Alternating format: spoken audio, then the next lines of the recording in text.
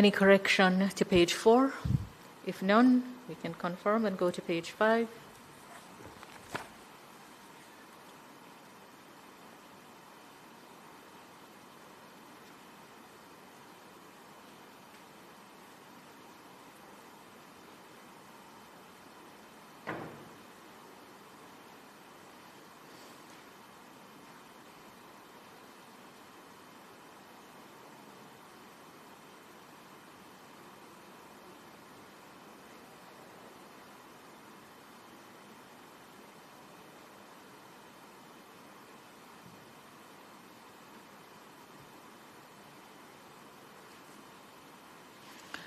Perhaps Member Cuthbert-Flynn, the second paragraph on page 5 in this regard, Member Cuthbert-Flynn indicated that she did not recall receiving the code.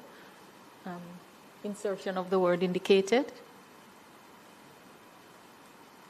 The sentence currently reads, in this regard, Member Cuthbert-Flynn did not recall receiving the code.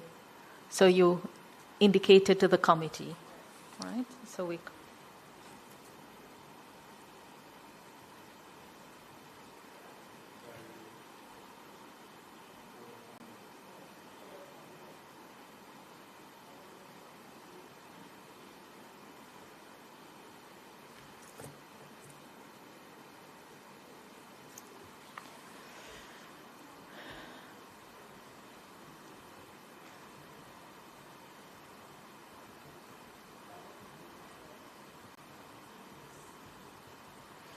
And the following paragraph is that the chairman expressed that she understood.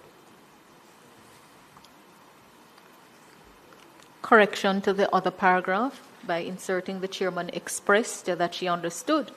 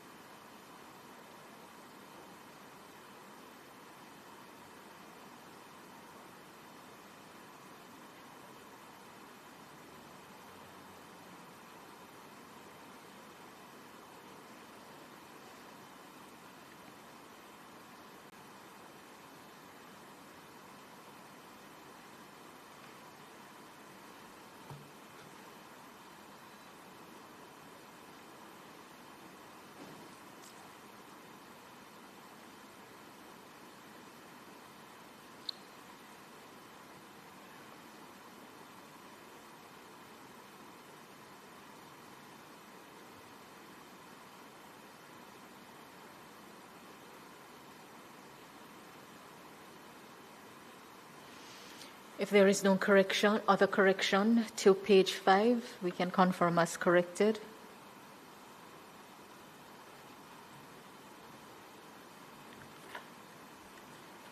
We go to page 6.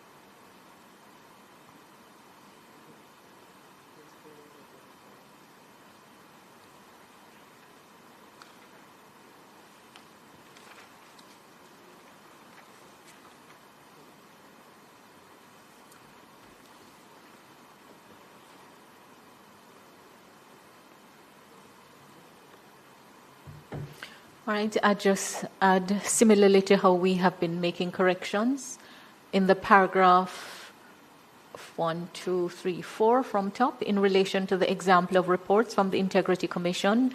Member Lee understood that such report. Member Lee said that she understood such report would fall within the functions of the committee. So we would insert Member Lee said that she understood, and then delete the that. So it would read, Member Lee said that she understood such reports would fall within the functions of the committee.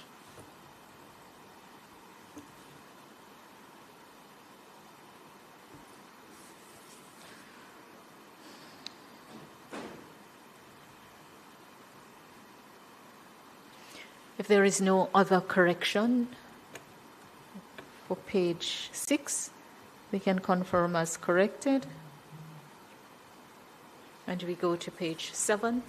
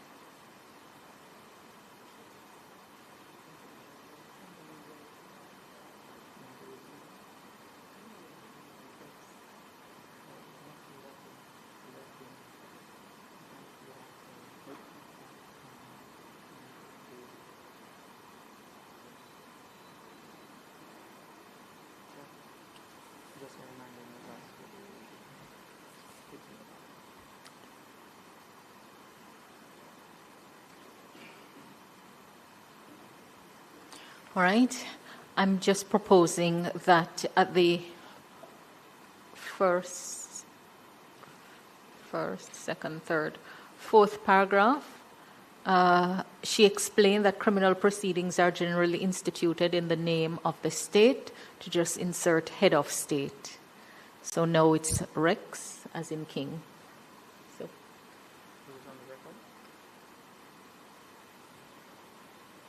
Head of state. In the name of the state, it means the head of state, not the state of Jamaica. That's what it means. So we'll put head of state in parentheses. Yes? Yeah.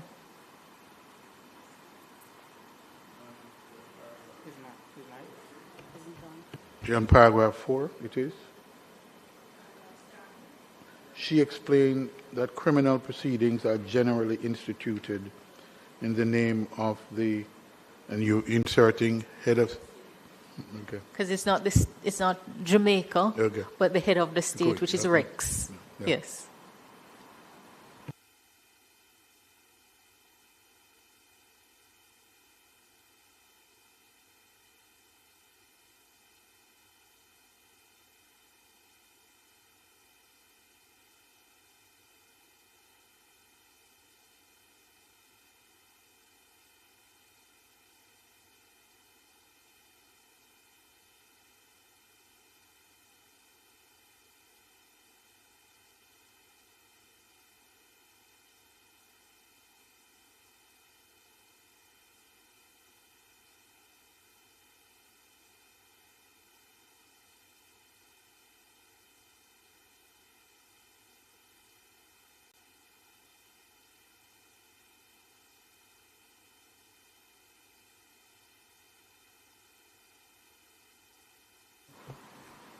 If there is no other amendment, then we can confirm as corrected.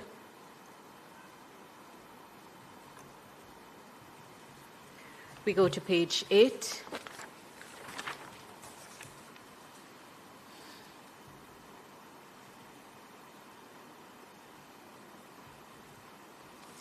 is legislative council. Are they for legislative council? Yes. Right.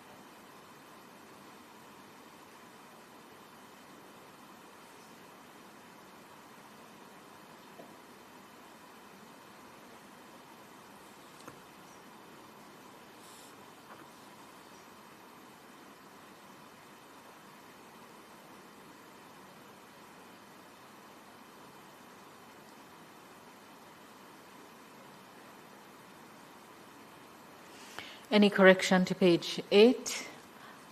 I'm seeing one, the third to last paragraph. She explained that a single report may give rise to a number of issues, and that while the House may deliberate on matters relating to accounts, issues impacting the work of the committee may also arise. I think that should have been while the PAC, not the House.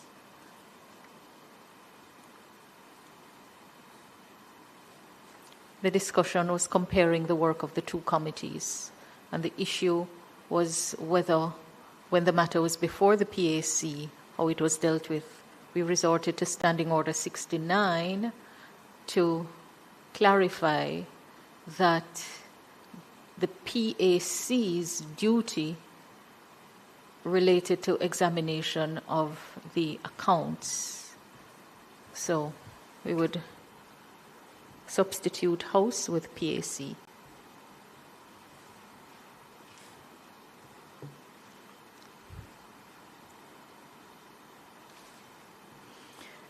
Any other amendment to page 8 or correction? Right, if no other, then we go to page 9.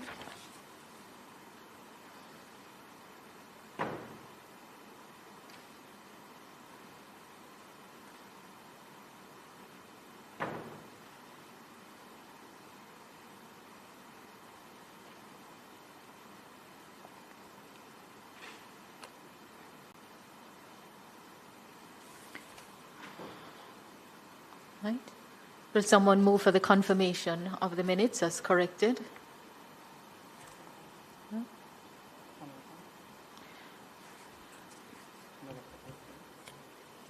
May you just go on? I so move. Yes. Seconded?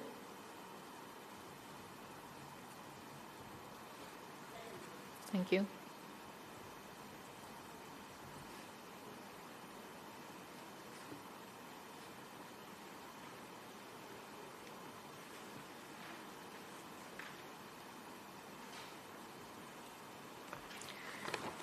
Right? I crave the committee's indulgence to just pause before we go into the next agenda item of matters arising to express a warm welcome to 22 students and 6 accompanying adults, teachers, parents, not sure, from Devon Primary and Infant School in the parish of Manchester.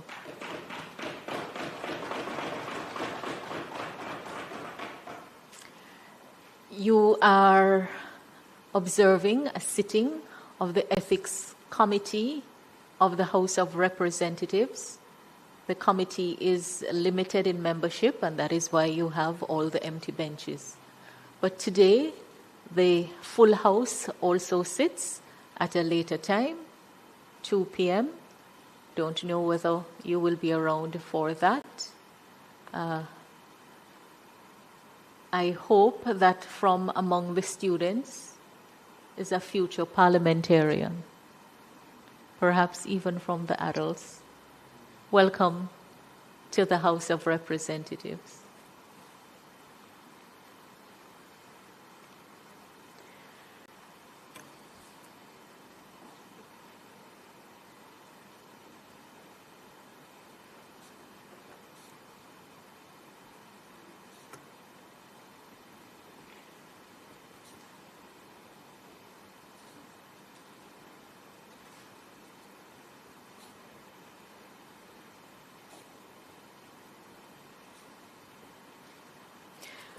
We move to matters arising from the minutes.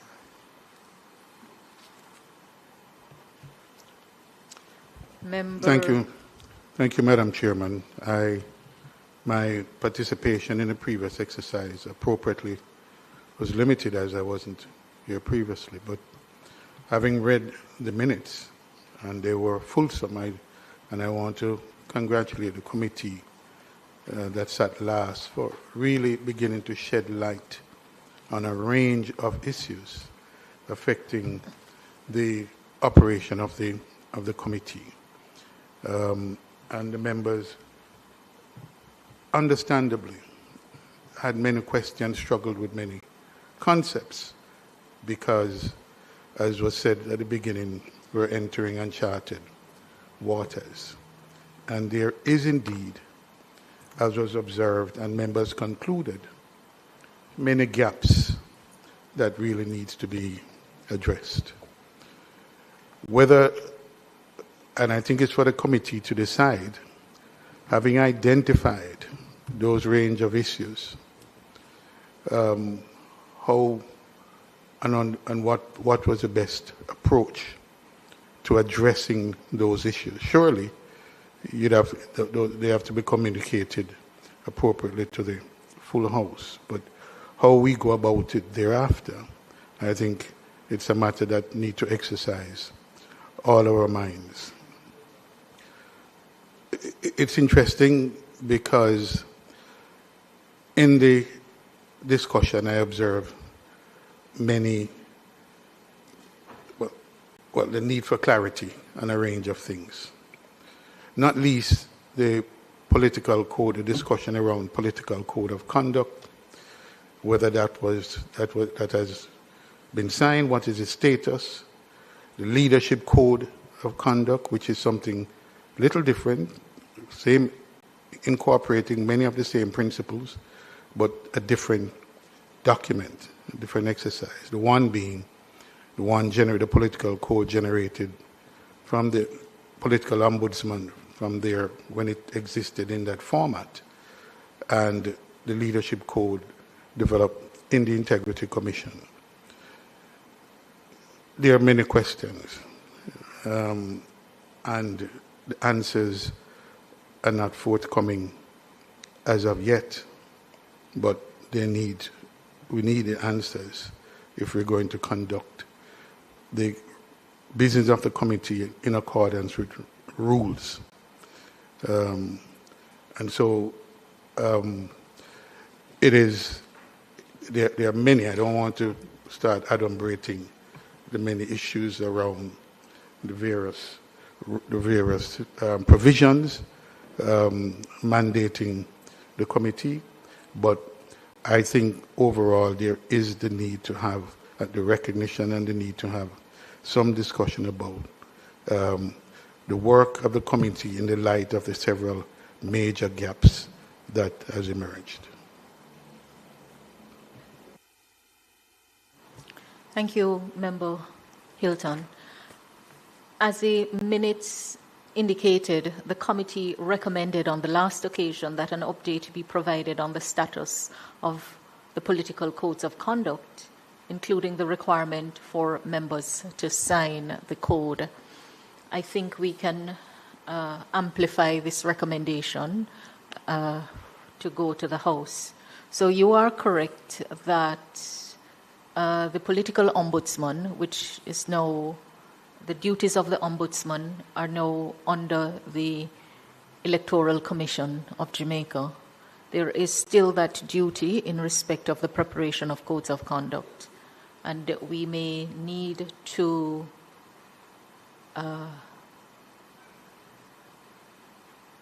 require information, obtain information from the ECJ on the status of a political code of conduct.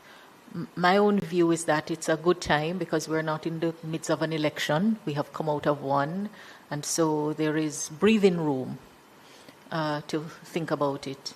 And then there is the code of conduct that is prepared by the Integrity Commission under the Integrity Commission Act.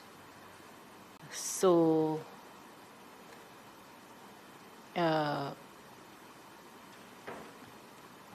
perhaps we could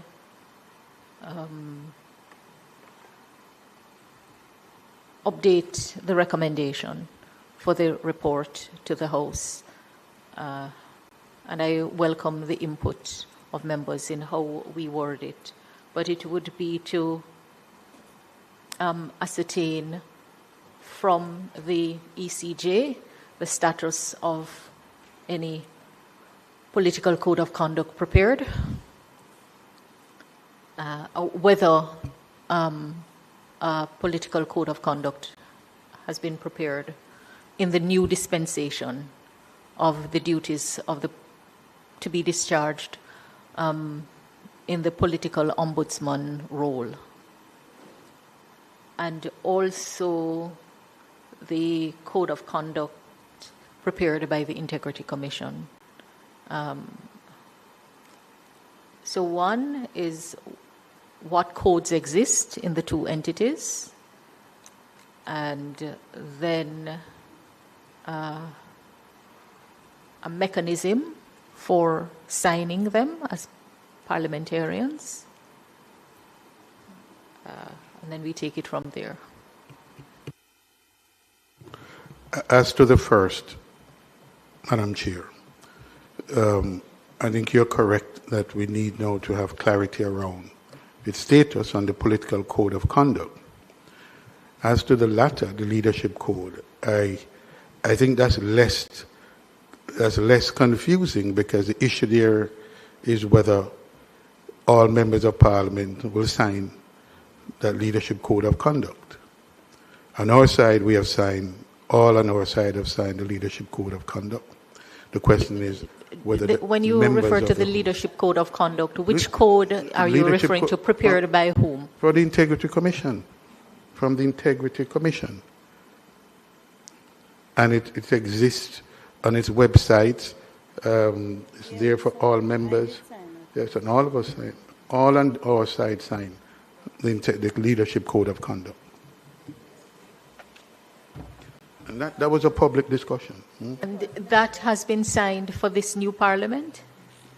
Well, you don't require there to be additional one. Yes, I think so. I know I've signed. And you're a new member. She's a new member. She signed. So yes, I think we were required on our side to sign the leadership code of conduct. So, Madam Chair, I think there's a disconnect because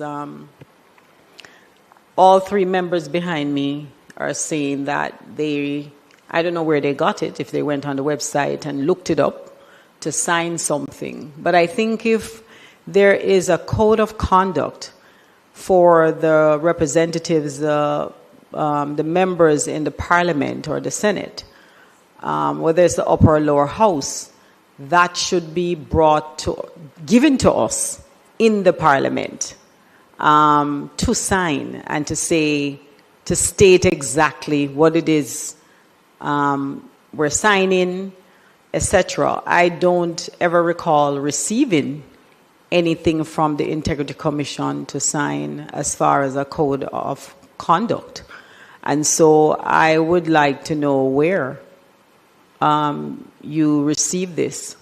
Or is it that you just went arbitrarily on their website to look this up? Because if it is that there is a code of conduct for parliamentarians to sign, I don't think it's proper for us to go and seek that code of conduct. It should be given to us and state clearly what this is for and for us to sign that.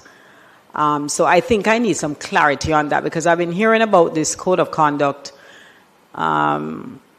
especially when there's an election approaching, and I've never ever seen such. So I'm not sure who received, because I know I've never received such a code to sign from the Integrity Commission.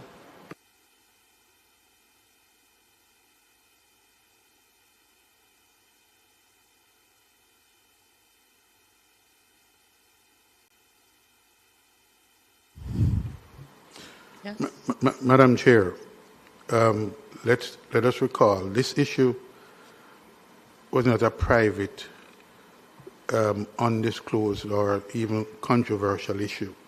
It was discussed in the public space quite a bit publicly about signing the leadership code. And positions were drawn, positions were taken by the parties as to whether they would or would not. In the last. All right. Just to make it clear that it may be unhelpful to bring forward controversies. We're starting afresh, and I think that to the extent that the standing orders refer to monitoring compliance with the code of conduct or departure, and we know that the Parliament has legislated and empowered entities with the responsibility of preparing codes of conduct. For this new Parliament, we want to clarify the mechanism for the signing of the code. In one instance, we need to clarify whether there is an updated code or the status of the code, considering that the political ombudsman was brought under the umbrella of the ECJ. So that is one. Agreed. Right? So we will be seeking clarification from the ECJ on the status of the code of conduct that it is mandated to prepare for parliamentarians. I am not sure at this time whether that kicks in only within the campaign period. It may or may not. If it does, then we have ample time to be notified and for the action to be taken when we get to that stage further down in the life of the Parliament. In respect of the Integrity Commission, we know that the Act is under review. We know that there are many controversial issues surrounding the Integrity Commission and parliamentarians. It is my hope that we don't magnify controversies, but we minimize them in our quest for clarity. But what I believe is beyond doubt is that if this ethics committee is to discharge its duties of receiving, investigating, and reporting on any complaints of departures by members from the political code of conduct, then the code of conduct would have to be signed by members. Right. So we know generally that code of conducts may not have the force of law as a statutory instrument, subsidiary instrument, but it does have other consequences, and it signals to the people what it is that we say we stand for. Absolutely. Right? So the Parliament legislates and it empowers authorities to do certain things. Parliamentarians, in turn, have to honor what it gives. And that's why I've said that we are in a unique position. Of course, we know that these matters are not as simple as they sound. Mm-hmm. And so it will require a level of maturity and candor to wade through the issues. And so, Madam Speaker, I end where I began, which is... Chairman. Sorry. In another place, Madam Chair. Madam Chair. And where I began, which is the need for a measured approach and caution in these matters. Yes, absolutely. Because we're entering uncharted waters. Yes, yes. I join you in that. All right, so let us amplify the recommendation on this matter. So we need to, we'd be seeking the clarity, would be writing directly to the IC or the ECJ, or we seek to do so through the House?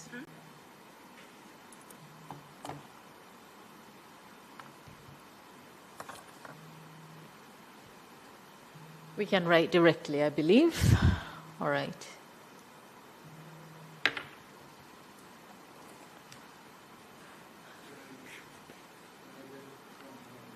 Just a minute, please.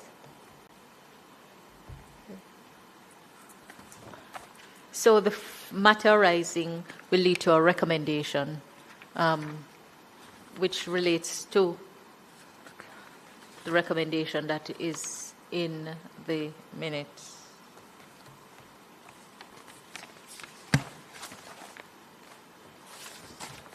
Where is my minutes?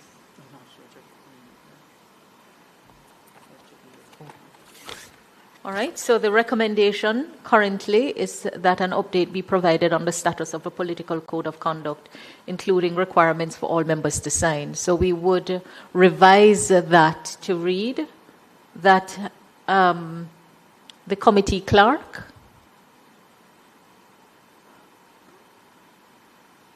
write to the ECJ, write to the Electoral Commission of Jamaica to ascertain the status of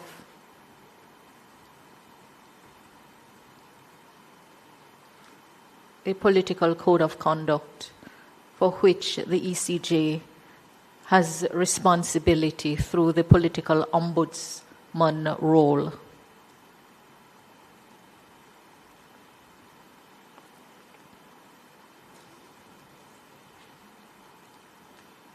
And whether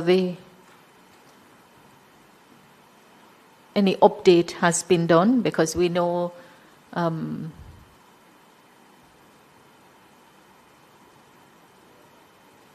amendments to the Representation of the People's Act took effect. The campaign financing, new recommendations are being implemented, but it's the status of the code and at what stage members are required to sign, or is it just candidates in an election? Is that clear? But, so, in the discussion, I think we also have to, if you see clarity from the EC, Electoral Commission, it seems as if we need clarity as well on from the Integrity Yes, Commission. I'm just dealing with them one at a time. Oh, okay. Seriously, Yes. okay. Yes. Sorry. So we're starting first with the Electoral Commission of Jamaica in the political ombudsman role. Right? What is the status of the political code of conduct, and whether there is an updated code, and at what stage are members of Parliament required to sign the code? Essentially, whether it's limited to candidacy for election to the House.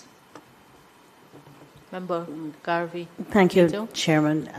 My recollection, having been through 5 elections right, is that the political ombudsman would call us in a public space, both sides of the aisle, candidates to sign the code of conduct prior to election day. Right. That has been excepting for the year when we had COVID. I don't believe we gathered in any space of like that. And I did not see one this time around. Right. So, Right. right. So I'm just, but I know it usually comes from the political ombudsman. Very well. All right. And we would also, so we would write to the Integrity Commission to ascertain how our members presented with the code for signing. Is that clear? In the interest of time, it's 11:05, and I see Member Witter has arrived.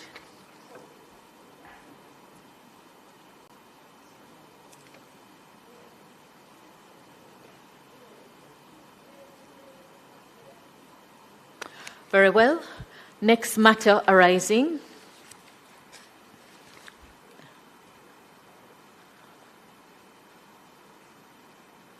The committee had recommended that members be required to make full disclosure of any interest likely to give rise to a conflict of interest.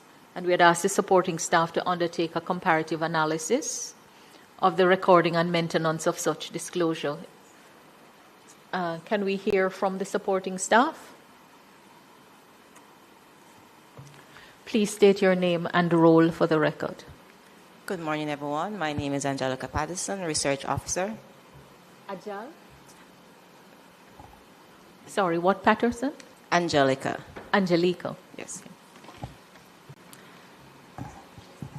All right, so in accordance to Standing Order 73A, B, and G in Jamaica's Standing Order of the House of Representatives, for this research, the supporting department was asked to conduct a research on what procedure is undertaken by Parliament and other Commonwealth jurisdictions to facilitate such disclosure, and for the respective Parliament to receive reports on civil or criminal proceedings instituted against parliamentarians.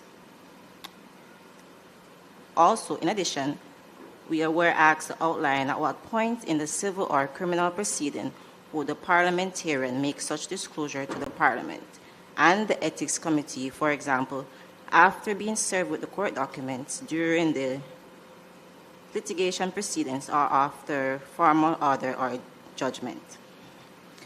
So, in receipt, the team has started and we're currently working on it. However, I'm going to present our findings.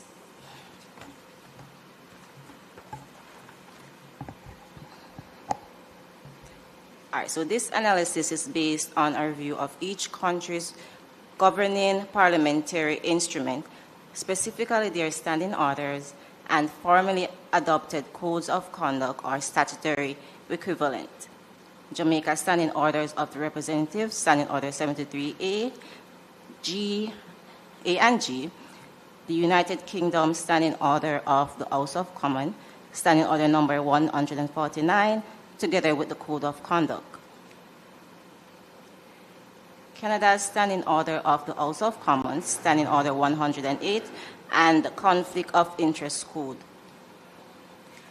Barbados Standing Orders of the House of Assembly alongside the Integrity in the Public Life Act, and Trinidad and Tobago's Standing Order of the House of Representatives together with the Integrity in Public Life Act.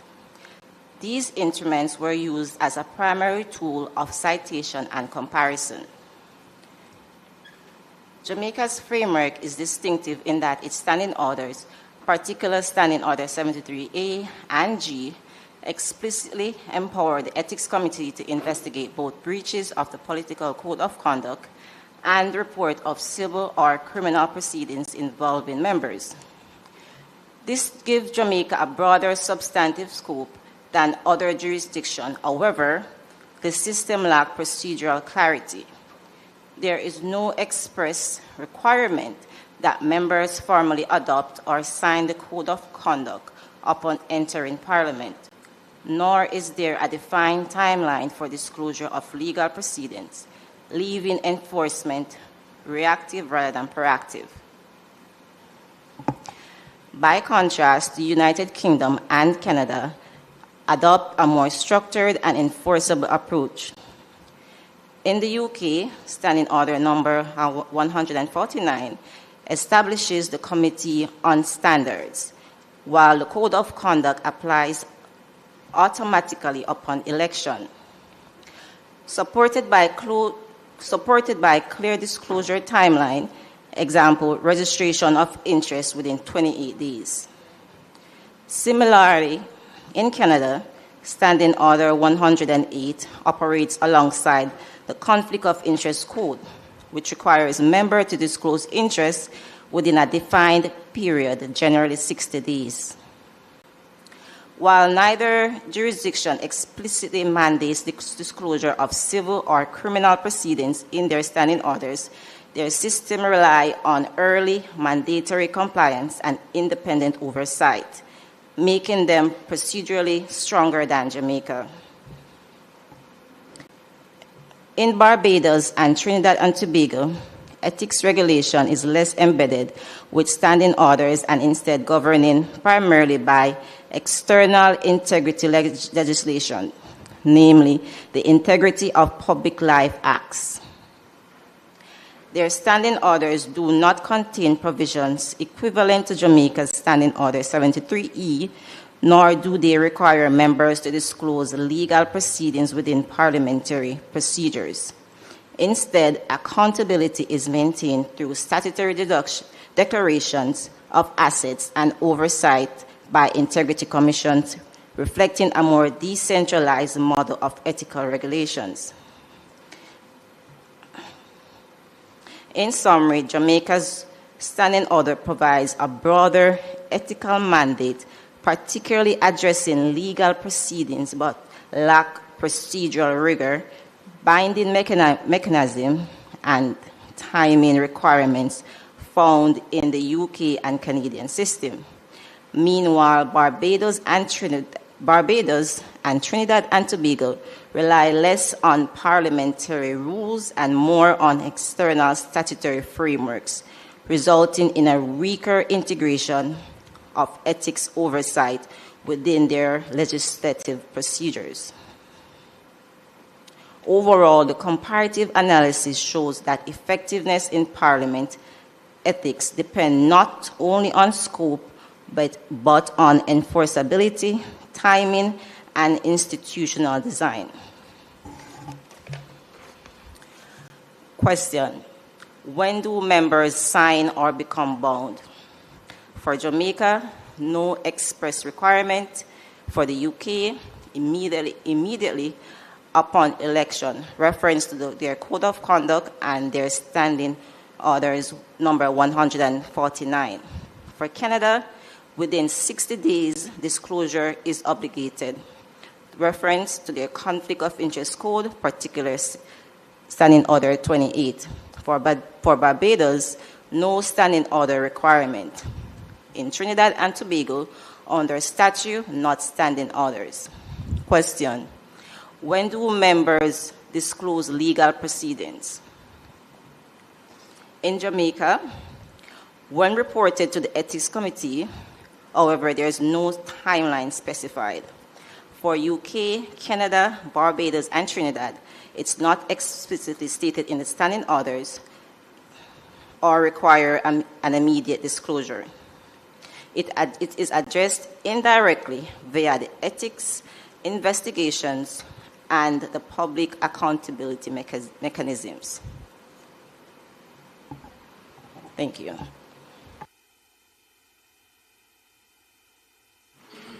Thank you, Ms. Patterson. I think your response is most helpful, and the wisdom of putting the matter for research is evidently clear. So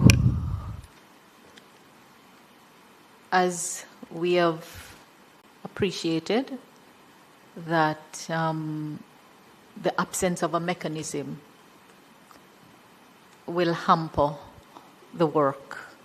And so we will have to look at a mechanism for the matters that we have to monitor. No procedural mechanism, no timing, no enforceability. And just an insurgent, I do intend to continue with the research.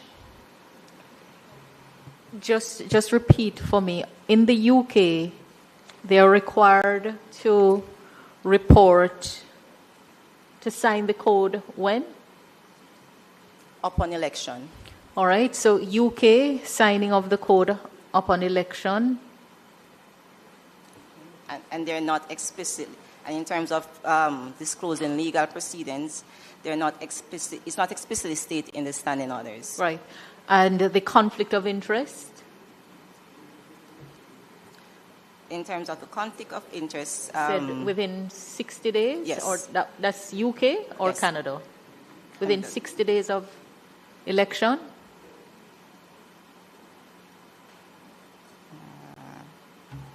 I think one said 48, one said 60, one jurisdiction. within 28 days. 28 days of Yes. election. In Canada, it is 60 days. 28 days. And there is a standing order that is referenced for the 28 days in the UK, 100 and something, 149. 149. And you say Canada is Generally 60 days. 60 days. And that's reference to standing order is 108 alongside their code, the conflict of interest code.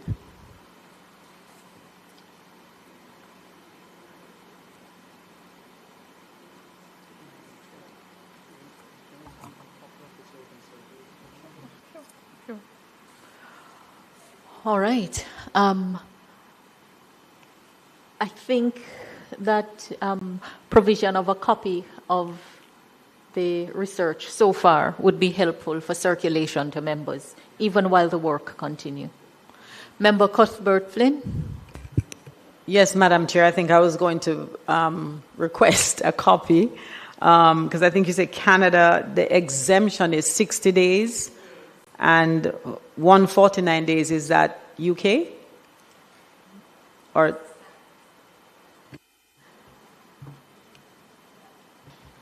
Yes, so it is within 28 days. However, it's standing on as 149. Yes. Or 28 days and 60 days. 28 for UK, 60 for Canada. Yes.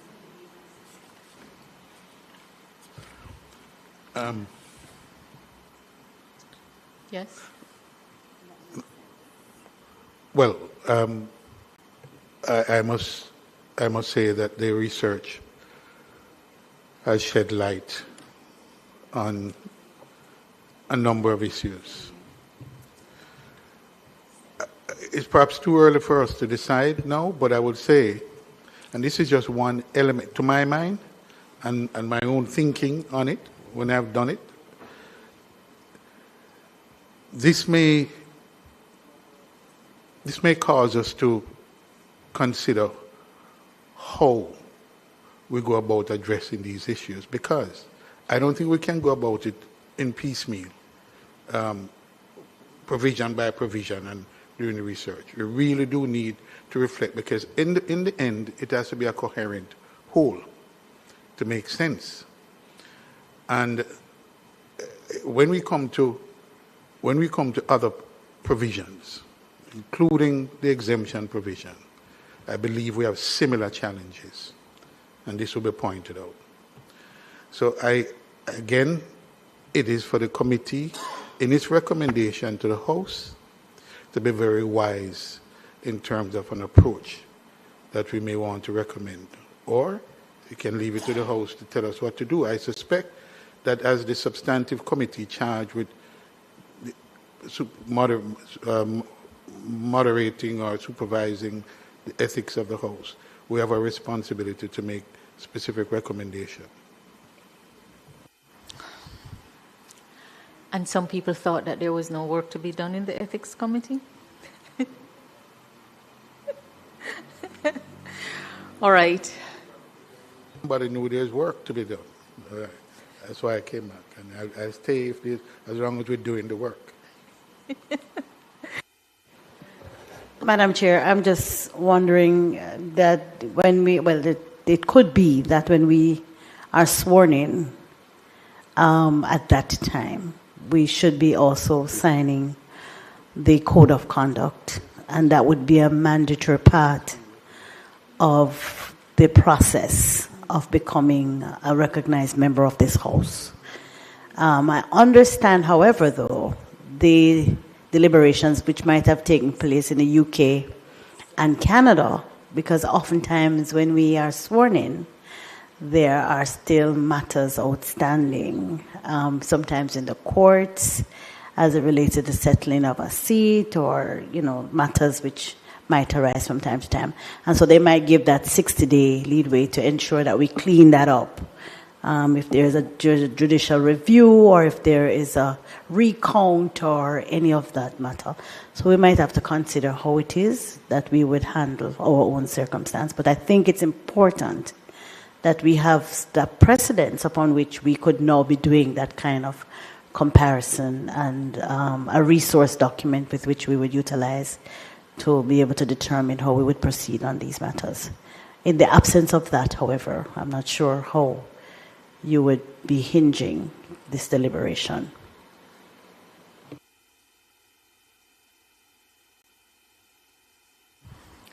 Before I come to you, Member Cuthbert-Flynn, I think you're right. I share your view that on swearing in, that's a good occasion to also sign. And it is true that we have to be mindful of that matters may be outstanding at the time. So no member would be sworn in if a matter goes for judicial recount, what used to be called a magisterial recount. So you're not sworn in at that time. And we also know that if recounts would determine the balance of power, then the Parliament itself would not be sworn in. So that would take care of itself depending on the number of seats that are impacted. Voiding of a seat is another process which would come even after a member is sworn in. So I think there could be a general rule, a recommendation for a general signing at the time when the oath of office is taken, and then an exception that would take care of any outstanding matters for members who are implicated. That's just a thought at this time. Member Cuthbert-Flynn? Yes, Madam Chair, I just want to state that I actually like the idea of, because I believe when you take an oath, when you are sworn in, that should be it, to state that I am going to do and follow whatever rules there are. And so instead of then coming into the Parliament and then have to sign something to state that, I'm going to follow the rules and regulations of the Parliament that's set out. As far as the exemption, maybe that could be something separate for anyone, and then we have that time frame within 60 days to for the exemption to be done separately as far as for the ethics committee.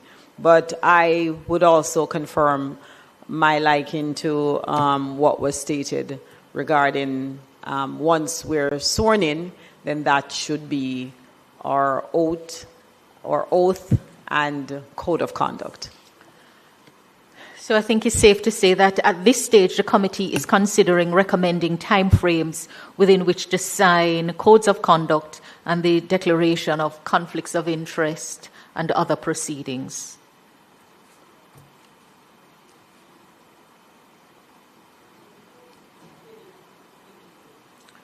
All right.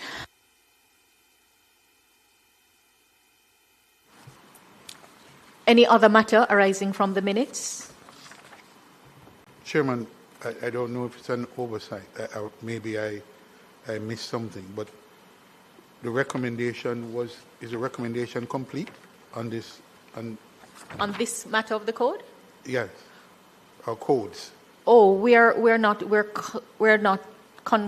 not concluded our deliberations on it. I think members would want to look over the information provided by the research assistant and also to consider it more holistically. But at this stage, what I hear from the committee, based on the information provided from Ms. Pattison, is that in the absence of timing and enforceability and procedural mechanism, we would have to make some recommendations around those matters to the House, and ultimately for perhaps amendment of the standing orders.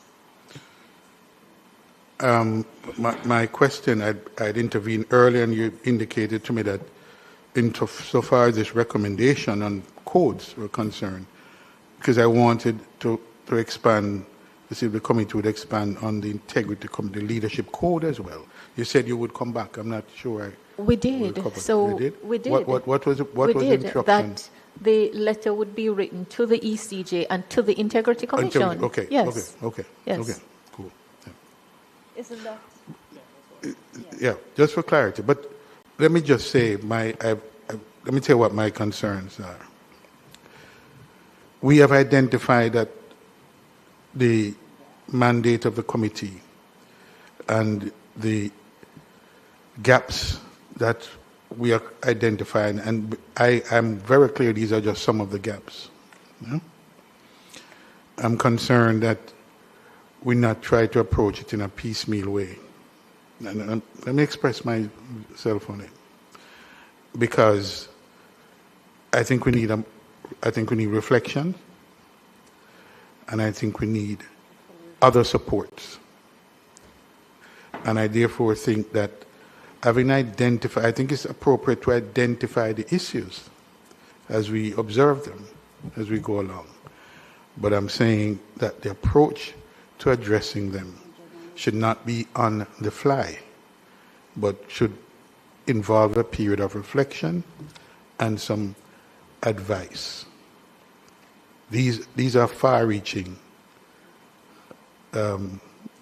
rules that we are trying to incorporate. I think we have to look at the institutions and the support, because this body to carry out investigation would need support. None of us as parliamentarians are equipped to do that. I'm saying really the committee would need other supports to do that.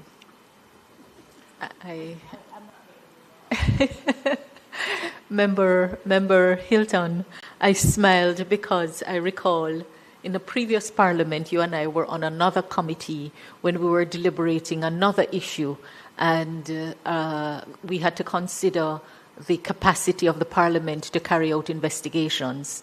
And what you just indicated was a concern that was raised in the committee, which impacted the recommendation that was made.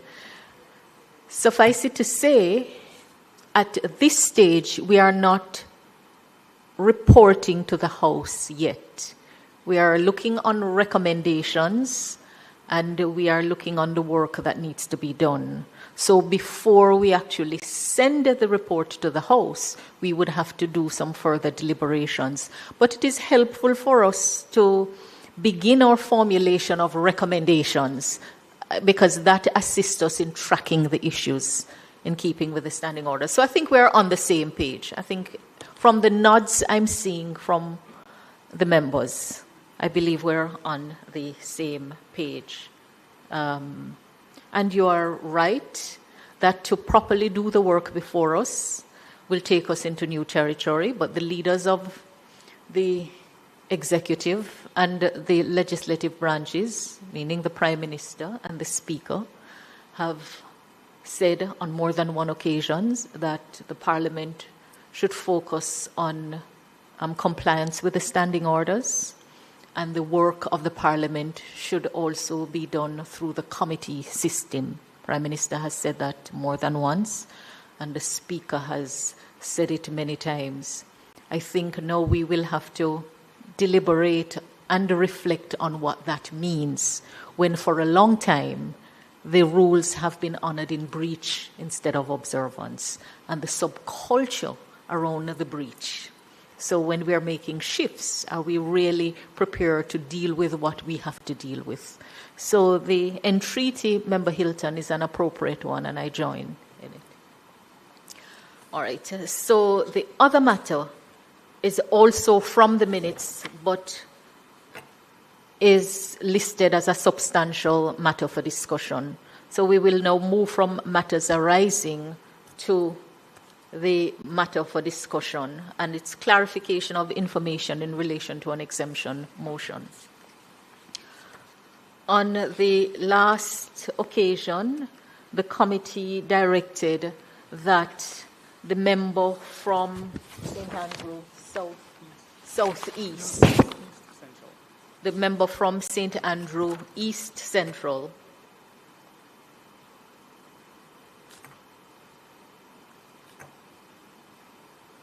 be asked back before the committee to provide some clarification. It is indicated on page 4 of the minutes,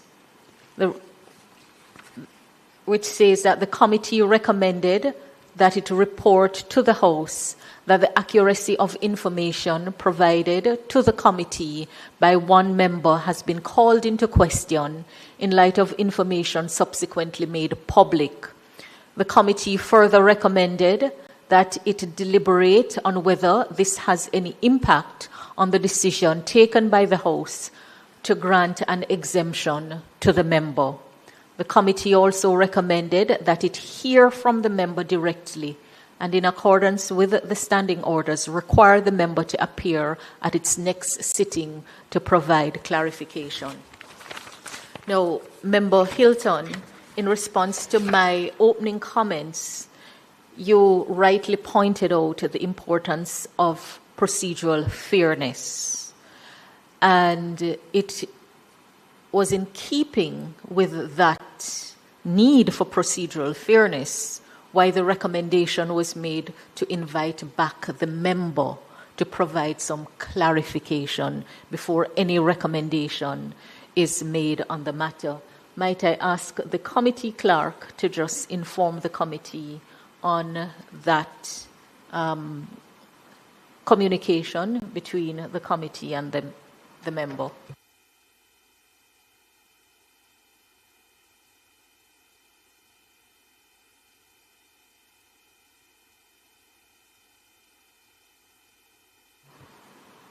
So I think the committee was informed that a letter was sent to the member, and it was date of the letter.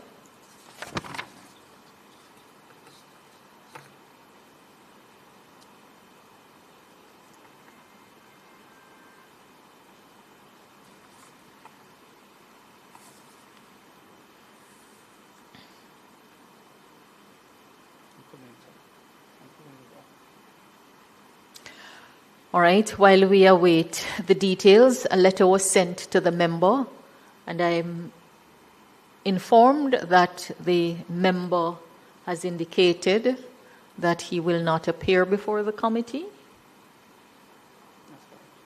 Yes? Yes. I believe that is most unfortunate, and I would like to hear from members. April 15, letter was sent to the member on April 15, and his response came on even date. Yes.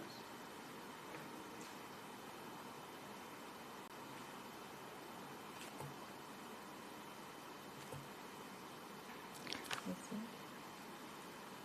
the response.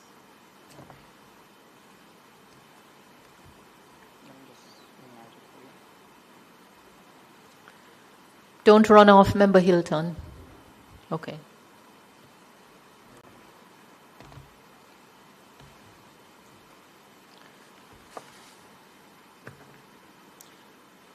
The correspondence of... Bring it up, please. Bring it back up.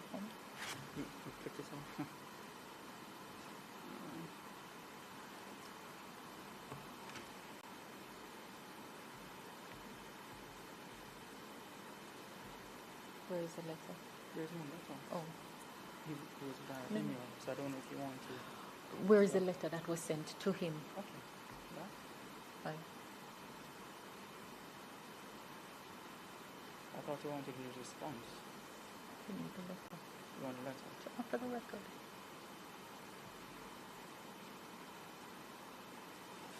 One moment, wait for it. Where it is.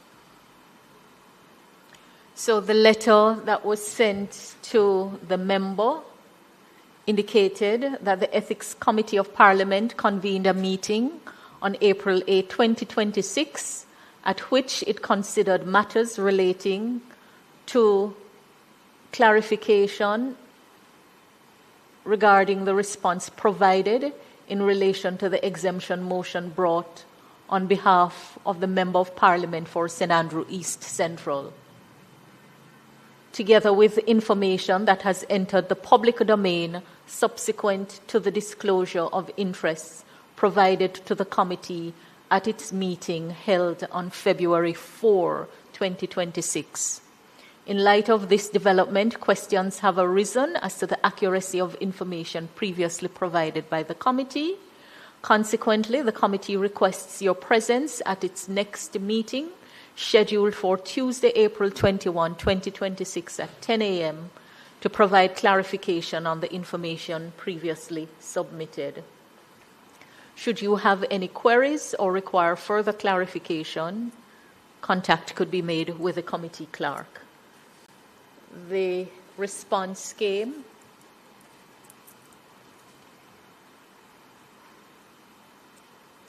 on even date. Good day. Be advised that I will not attend any such sitting. This is overreaching the committee's mandate. It has no jurisdiction or authority to summon me without an express referral from the full Parliament.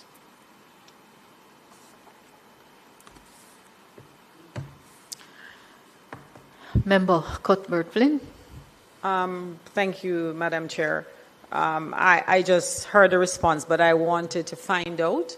Again, we know that we're entering new territory.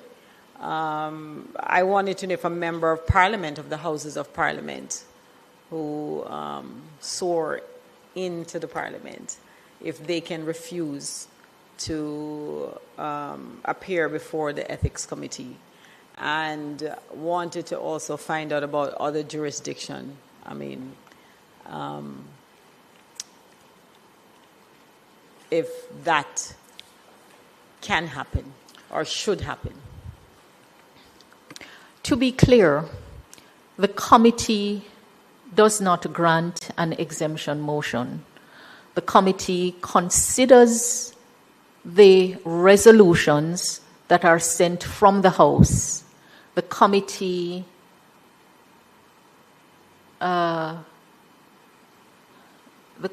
speaks with the members in question, and based on the information provided to the committee by those members, the committee makes a recommendation to the House, and the House then grants the exemption or not.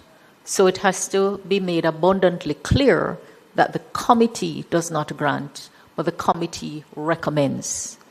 The way the Parliament has worked in the several terms that I have been here is that invariably the recommendations of the committee are acted on, and the matters are never usually debated.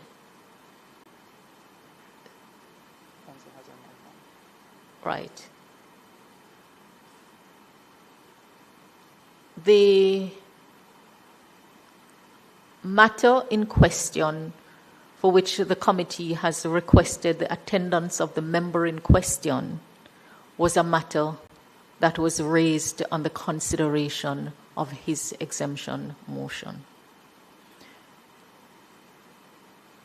the ethical issue is not so much about what is happening in accounts, but is in relation to the truthfulness of answers provided to the committee, which then grounded the recommendation of the committee to the House. So, again, it requires sensitivity, it requires fairness, it requires some reflection. This committee will have to consider, in addition to all of the other issues that may arise out of this single matter, whether it is ethical and appropriate for a member to refuse to attend before the committee to provide clarification. Because there are rules which protect anyone providing responses to any committee. And just to say that that response, which was read from the member, does not sit well with me as chair of this committee or as a member of the House. And this is not about witch hunting anyone, it's not about pointing finger at anyone, it's not about trying to, it just does not sit well with me. Member Hilton.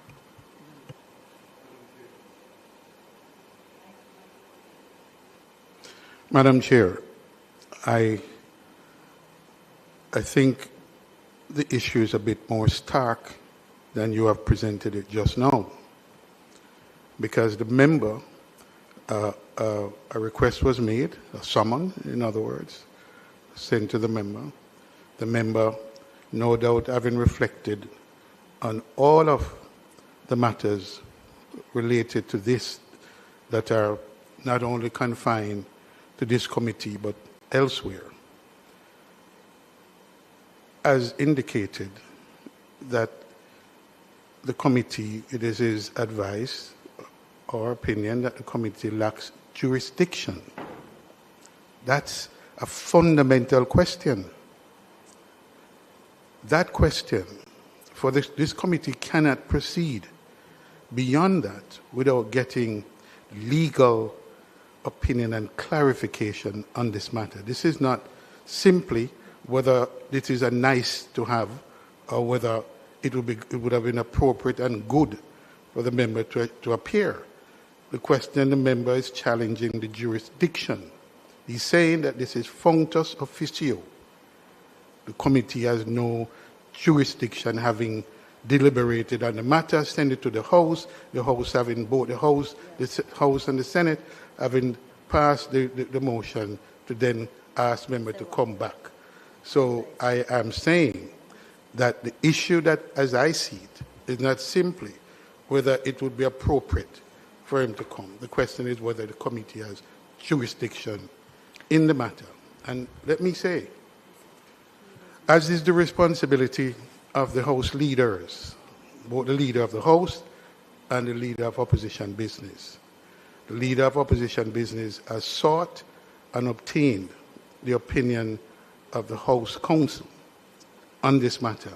And I think before we proceed, we may be well advised to have reference to that opinion. Well, again, you see,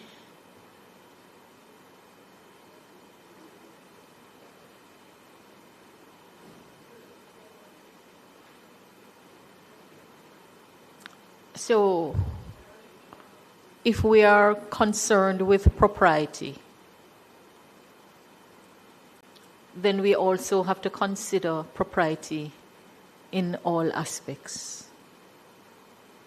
I appreciate that it is a proper issue that has arisen as to whether the matter should be revisited. I understand that it properly arises. But like I said, it's not the question as to whether a member whose conduct is under consideration, whether that member has spoken truthfully, is definitely a matter for the committee, to my mind. Just a minute. I appreciate that the issue has many different parts. Many different parts. And so there may be uncertainty about which part and to what extent. I appreciate that. But the letter that was sent to the member was also very clear. Because if you speak, it's seeking clarification on response given. We can't be called upon to deal with ethical issues and we're going to turn our eyes if matters arise, you know. It places us in a dilemma. But suffice it to say, the immediate issue that has arisen now is whether a member can refuse with impunity to appear before the committee. That is one of the many issues. I heard you made reference to advice that was sought from the it's from the council to the parliament, yes, and that it was sought by the member of opposition business. And that is how it is being introduced into the committee. No. Well, I have not seen it. I was not aware of it. The member has not stated it in his response. And again, it brings into question the how of it. I see it. Yes.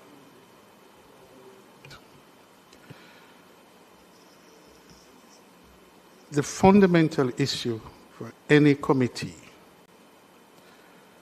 has first to rest on its jurisdiction to address the matter. You fully appreciate the question of the jurisdiction of a committee or entity or anyone to address formally a matter before it. The member has responded to an invitation or request or summon, however you term it. And he has placed squarely on the agenda the matter of jurisdiction. Is the matter functus officio, or does the committee get to have a second chance at questioning? And so the question is, does the member come and raise that issue with the committee, or he just raises it in passing and let it be? He raises it as an official response. Is it procedurally correct, meaning that so if you are doing the equivalent of an in limine point, usually let's by analogy look at what may happen in another branch of government, and jurisdiction issue is taken with the jurisdiction of the forum to deal with the matter. Does it require the person coming in limine preliminarily before you go in to then raise the matter so that that issue can be deliberated on? Please consider it. So which is what? Just hear me out. Yep. Because if a preliminary issue arises in respect of jurisdiction, you would have to deal with that issue before you deal with the merit of the matter for which the person is to appear before. So the question now is whether the member can properly take that issue without coming in or be represented. Now, as counsel, do you appreciate that point? No, Madam Speaker. I'm asking whether you appreciate it. I do, but not in the sense that you have. Here's what I appreciate.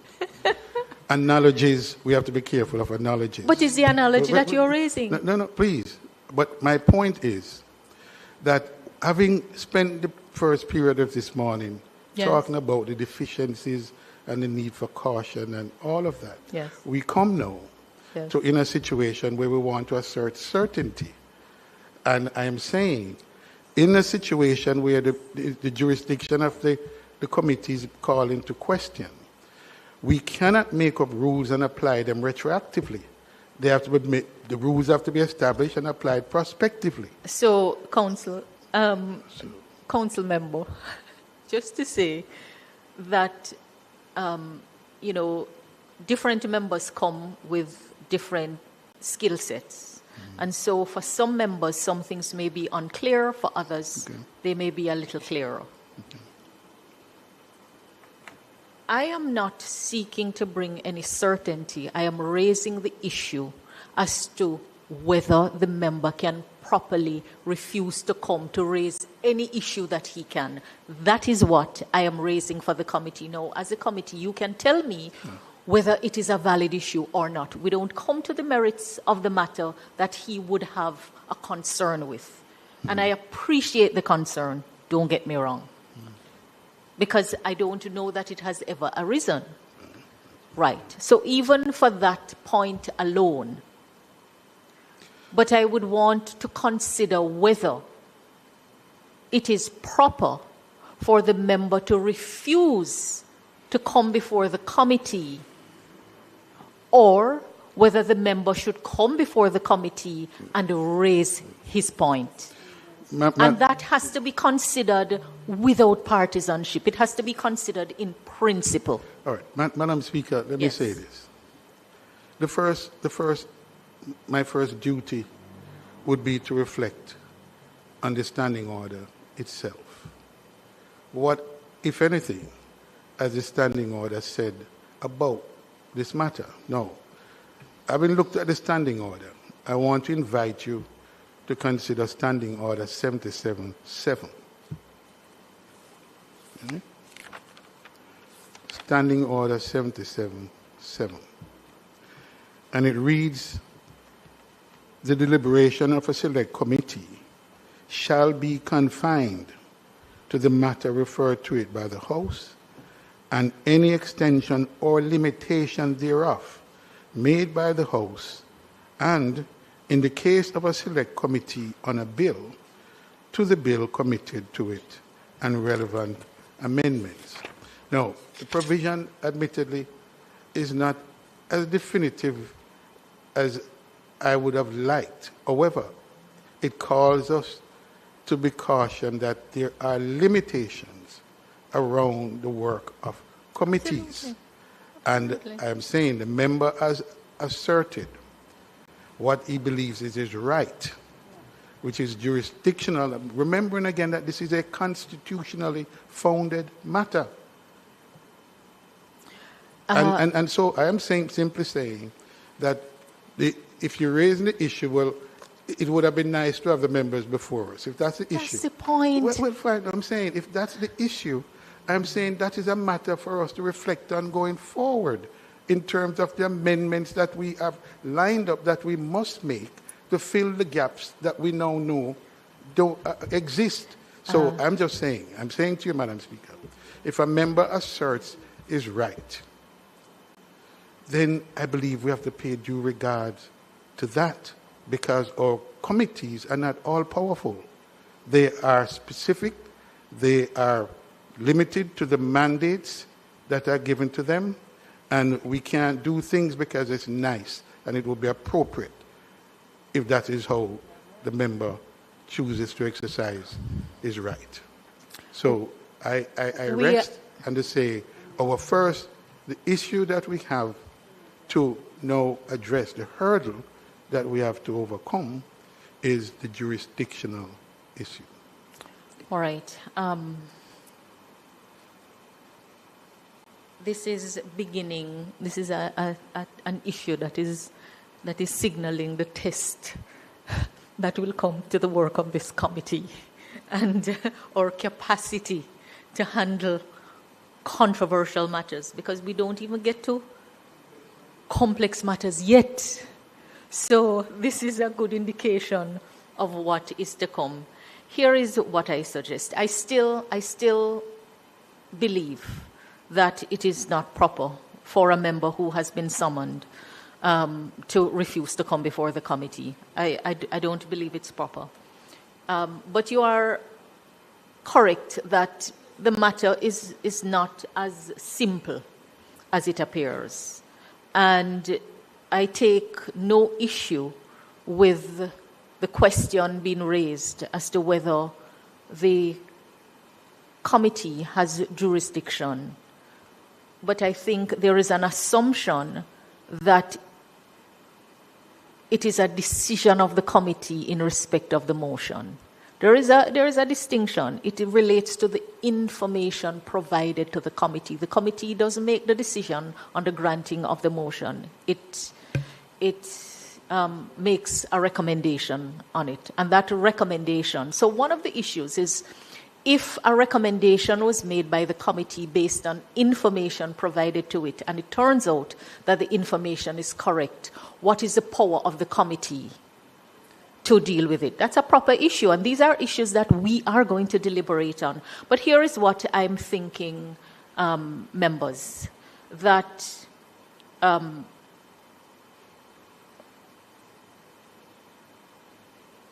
perhaps we should consider this issue. It could be considered in camera at a next sitting, perhaps.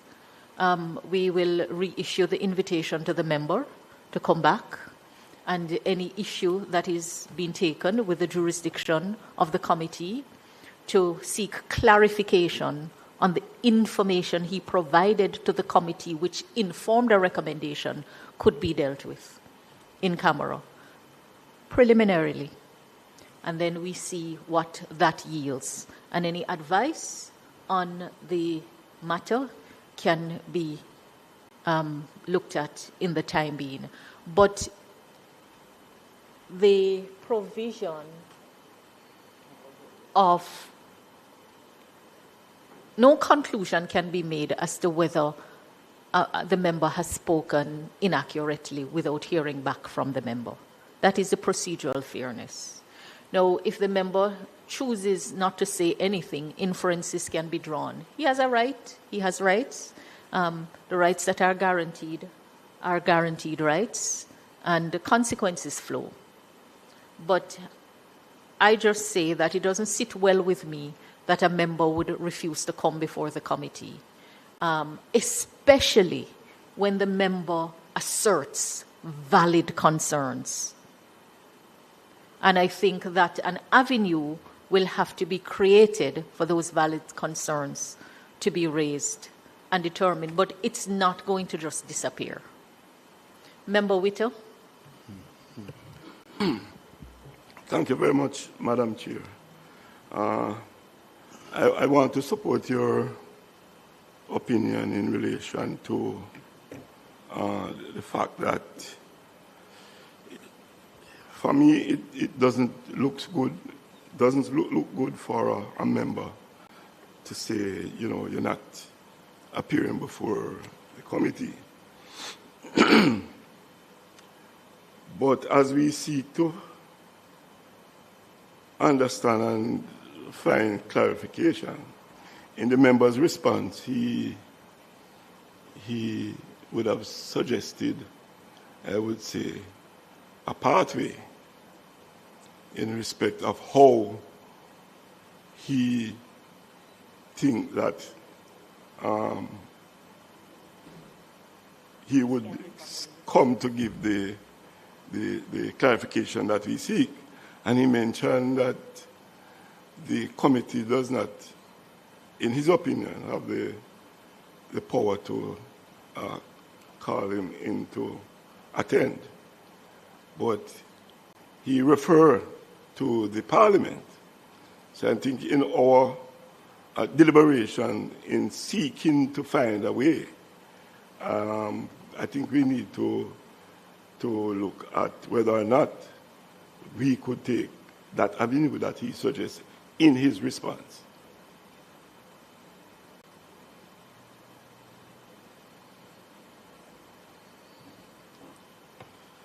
Thank you, Member Whittle. So I just looked back on it. He says the committee has no jurisdiction to recall without referral from the full Parliament. Right. So... so we seek to find whether we can get on further consideration. the consideration of an exemption motion is the only matter from which a resolution of the House is required. Right.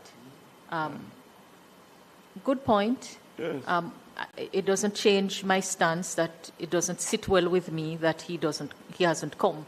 So it then leaves us to say, no, should this committee then refer the matter to the House, report to the House, to say whether the House would wish for the committee to reconsider the matter. That is one option. Because that is the essence of his point, Exactly. having reread it, Exactly. that it would require a referral from the full House in order for the committee to have jurisdiction. That's the point.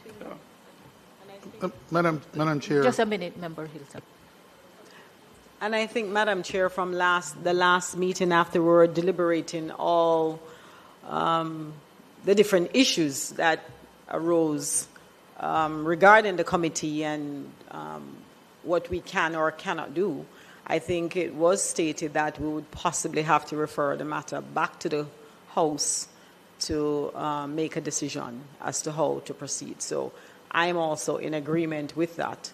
If it is that we're now trying to make sure that we are on the right path with this committee and to do the right thing, then I think we should then follow those principles, those rules, to refer it back to the House. Because again, I was at the first meeting, and with this statement, it doesn't sit well with me as a lawmaker when another lawmaker can make such a statement to say, I am not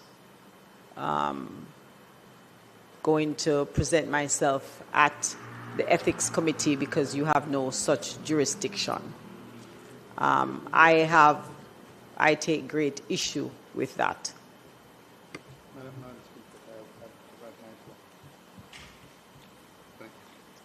Member Nita, you want to? Right.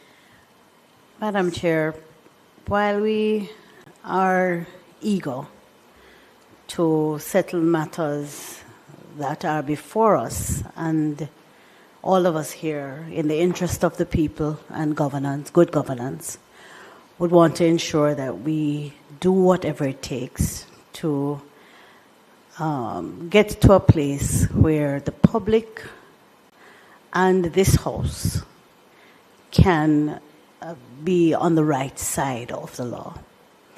There are also the matters relating to the rights, the fundamental rights of individual members who sit in this House. And if there is going to be some trampling of my rights as a member, I believe that it is within my own personal right to indicate that I am not being treated fairly. There could have been, from this committee, a clear request as to how we should proceed prior to summoning the member back here, in an effort to make sure that we're protecting him as well as this House and this committee. So having done his due diligence, it would seem, he indicates that it is within his right not to appear, and therefore has indicated what is to be the route, if there should be any, to get him back to this place. The House, having received an approval from us, went ahead as an entire House to approve. And that motion now would have to be a new motion before the House to be able to revisit this matter. I don't think we need to stress on whether or not the member was out of order or improper, because the truth is, whether or not we believe that he was a little feisty in not responding positively to the chairman of the ethics committee to come and sit before us today. The fact is that he exercised his right, and I have to respect that right of any member in this house. And I think that's where we are. Thank you, Member Nito Garvey. Member Hilton? Madam Speaker, I want to... yes, Madam Chair. You're giving me a different role. Madam Chair, let me, again, hopefully in an act of sobriety, let me say this. First of all, the issue is not about whether the member should come before the House. The issue is a recall of the member. The member has been before this committee. There are questions. The issue is, and the member puts it squarely, and we can't move beyond that. Sound like you're the one who advised him. That's wrong speculation. Wrong speculation. Wrong speculation. Wrong speculation. Wrong speculation. And that's not allowed, Madam Chair. What's not allowed for someone to get legal advice? Of course that's allowed. Come on. No. I make no accusation. I raised a question. Right? And there is nothing improper about anyone seeking legal advice. I said it sound like. Continue, Member Hilton. We have to bring the meeting to an end soon because another committee is set to meet. I hope that was just a moment of levity. But let me say, Madam Speaker, in all seriousness, we are well advised, and I made a point earlier, the member is not being frivolous. Understood. And we are proceeding, and we said earlier that we need to do so cautiously. And the matter has major consequences. Indeed. And there are risks. Yes. All right. In the interest of time, please, Member Hilton, I think you're merely restating your point. I don't think it has been changed, just in the interest of time. So the question that has arisen is whether the committee... Yes, I have another point. Yes. I wanted to put squarely for the consideration. The legal counsel, the counsel to the House, has opined on the matter, and I've said we may be well advised. We'll come to that. We'll come to that. Okay. Yes, we'll come to that. But the question for the committee is, firstly, whether the committee is to report to the House on the matter. That's the first question. And what that report should be in light of what the member's response was. Because, we are trying to find a way forward. And we are trying to find a way forward perhaps in uncharted waters. In a path not previously taken. So what we know of a fact is that the committee wrote to the member requesting his presence, his reappearance before the committee to provide clarification, and the member has responded, has taken issue with the jurisdiction of the committee to do so, indicating that it would require a referral from the full Parliament. And so the committee would naturally have to seek the guidance of the Parliament on how to proceed. So I think that is as far as we can go at this time. It would be to report to the House that the member from East Central whose resolution was considered and exemption granted was asked to reappear before the committee to provide clarification on responses he provided, which informed the recommendation. And he has taken issue with the jurisdiction of the committee to bring him back without a referral from the House, and therefore the committee would be seeking the guidance of the House.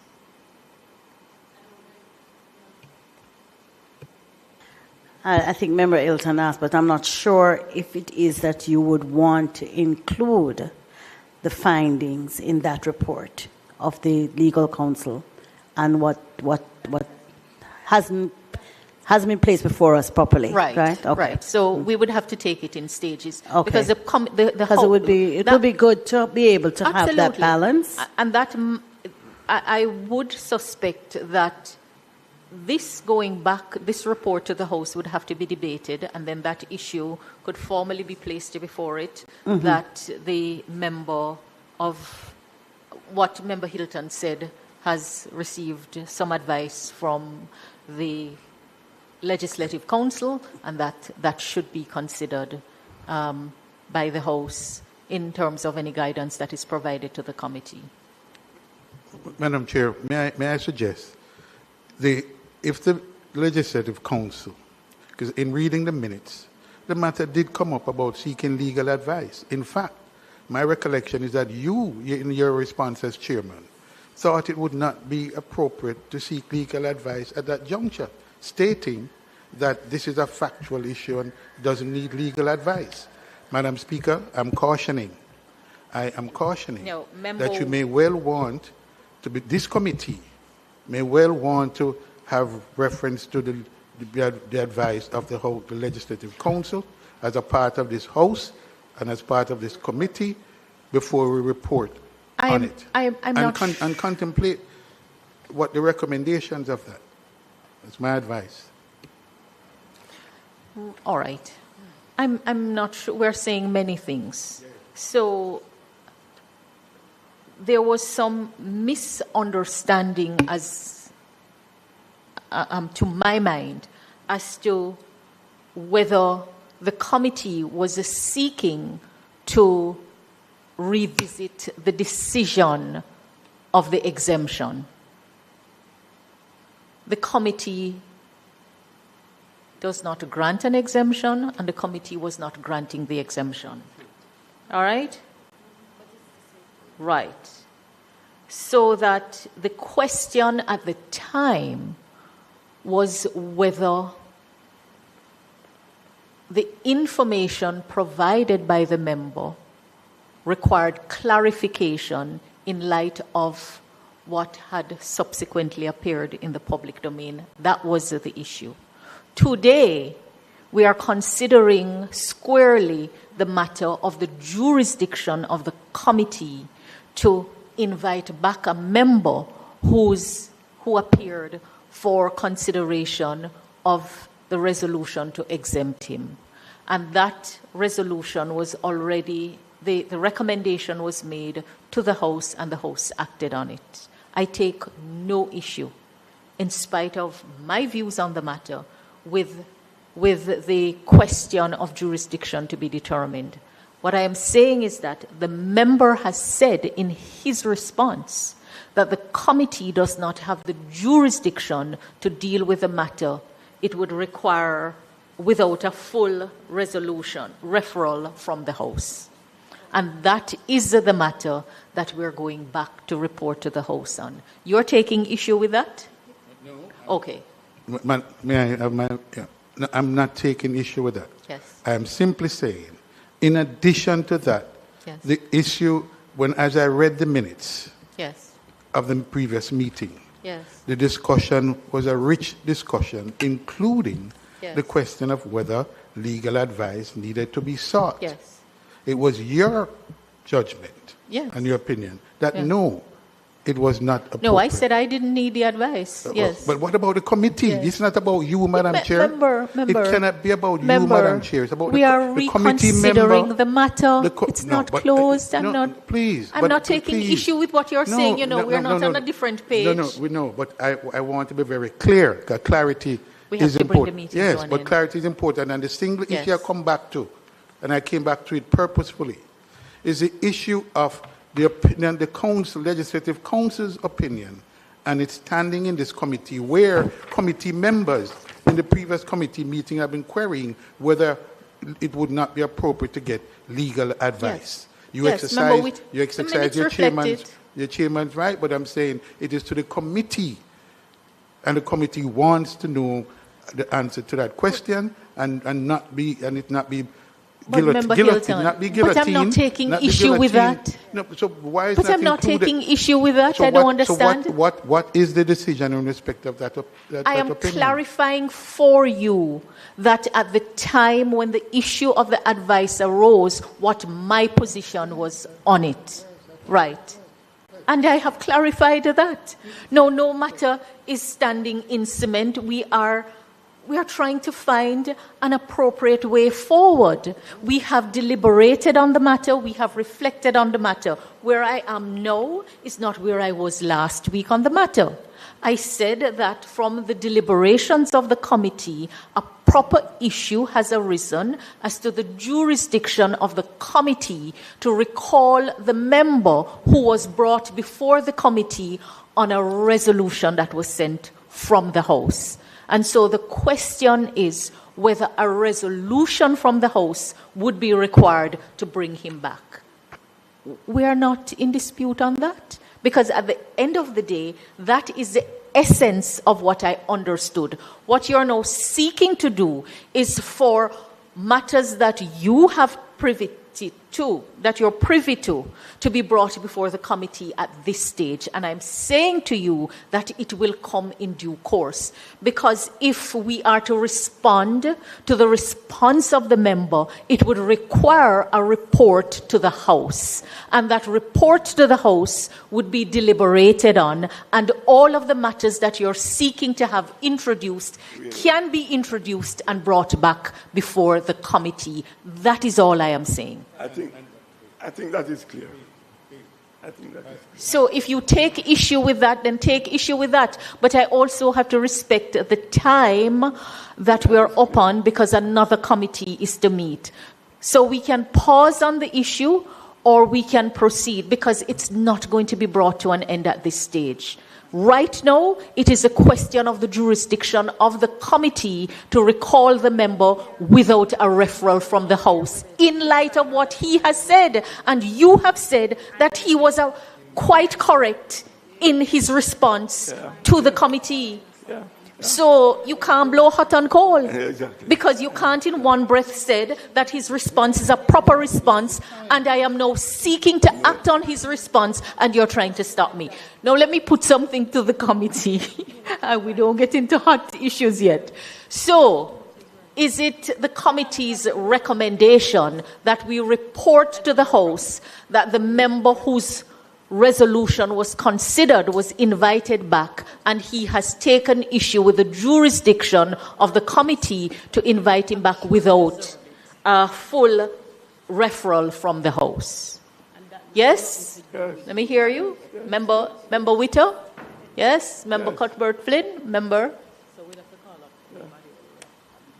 Members Perkis? Yes? Very well. Member Hilton?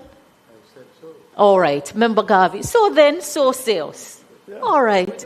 So on this note, Member Hilton, in the interest of time. Yes.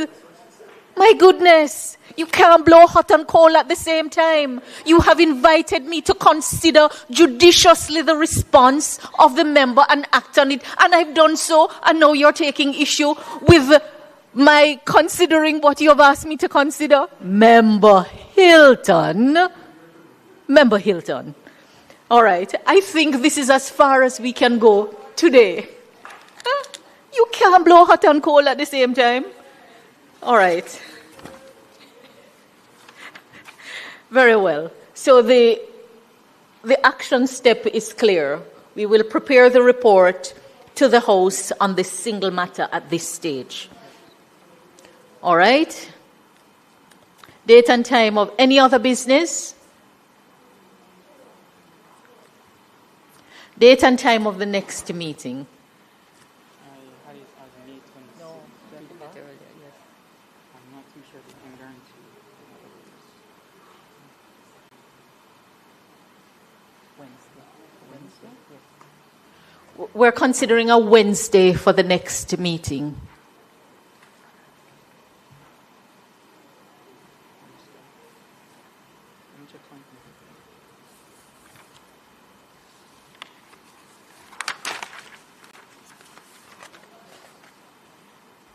May the 6th. May 6th is being proposed for the next meeting, Wednesday, May 6th.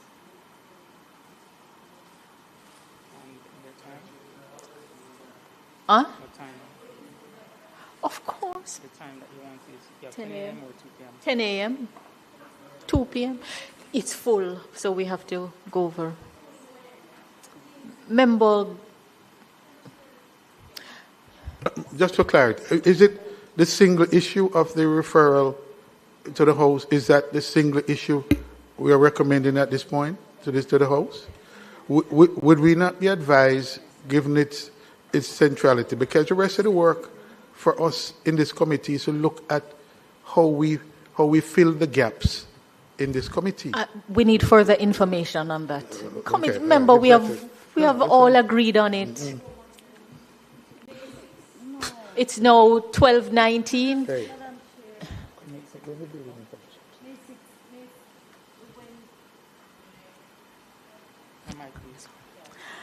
Wednesdays. I mean, we have indicated. No, I'm just simply saying, on a Tuesday, prior to Parliament, 1 week is CDF, 1 week is the other one. We take the next week, so that people coming in from Hanover and other places can be here and properly serve on a day when we're already convening. It's really difficult.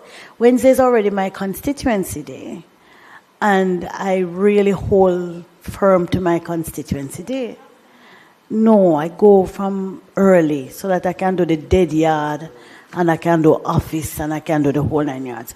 But there's just a grave digging, right? And it's always on a Wednesday. So, Madam Chair, I don't know. I know we have committee meetings on a Tuesday, but can we structure them so that a particular Tuesday can be for the ethics committee? I appreciate the difficulty, but you can also appreciate it's not a decision we can take in isolation. And it is, I appreciate. Remember, It's just I also have an structure. out of town No, but I'm saying constituency. that it's structure, but Madam the work, Chair. I don't believe that with all of the committees, everything can be done on a Tuesday. But as far as is possible, I am open to it. Right, so I'm Right. saying, but if we structure... But we can't stretch it out so long and far that the work doesn't get done. Not so long and far, but I think Council, in 2 weeks. Member, in I'll the take interest of counsel. Y'all. Consider when it is that week, even if it's the following week. I don't think it will be too late. The next Tuesday in May. Please.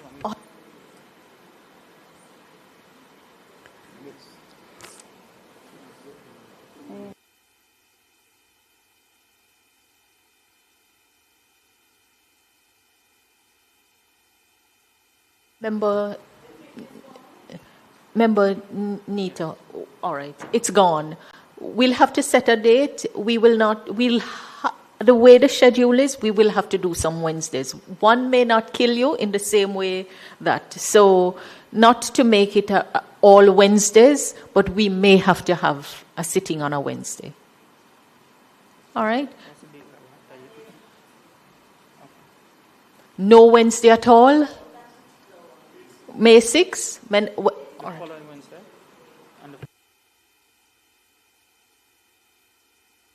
All right, just for you, Member Nita Garvey, we will go to the 13th, the following Wednesday.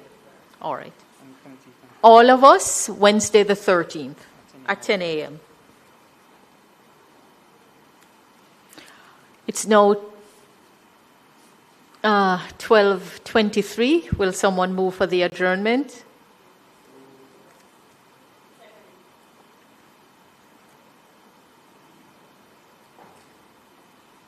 Thank you all. Meeting of the Ethics Committee is adjourned.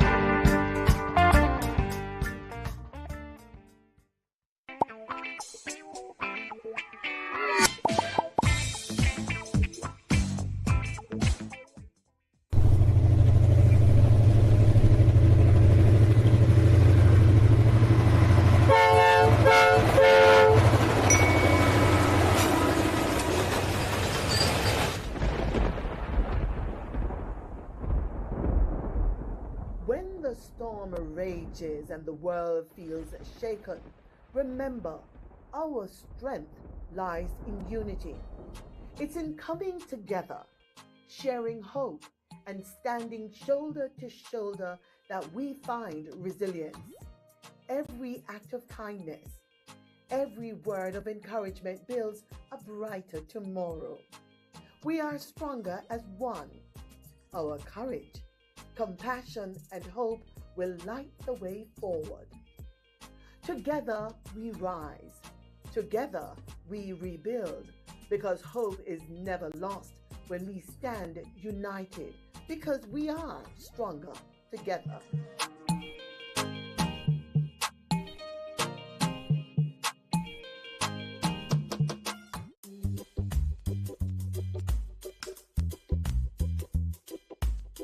From seed to sail, Jamaica's future grows through innovation. Introducing Export Jamaica, a global market intelligence and compliance gateway that connects your effort with global opportunities and makes international trade easier, safer, and more convenient for Jamaican businesses. Powered by the Jamaica Trade Board Limited, Export Jamaica is designed to position your products competitively and guide you through international trade. Find high-demand international markets. Gain access to trade analytics that guide your business decisions. Identify and engage with potential buyers. Know your costs up front. Trade confidently. And keep your exports safe and secure. Through Export Jamaica, you can discover all there is to know about exporting and grow your business sustainably. From the processing of your goods, to packaging and shipping, to seeing your products reach international shelves and enjoyed by customers abroad, Export Jamaica provides the market intelligence and insights behind each step, helping you identify demand, understand export pathways, and unlock financial growth. Say hello to a prosperous future. Visit tradeboard.gov.jm/Export Jamaica to sign up today. Expanding Jamaica's reach, empowering our people.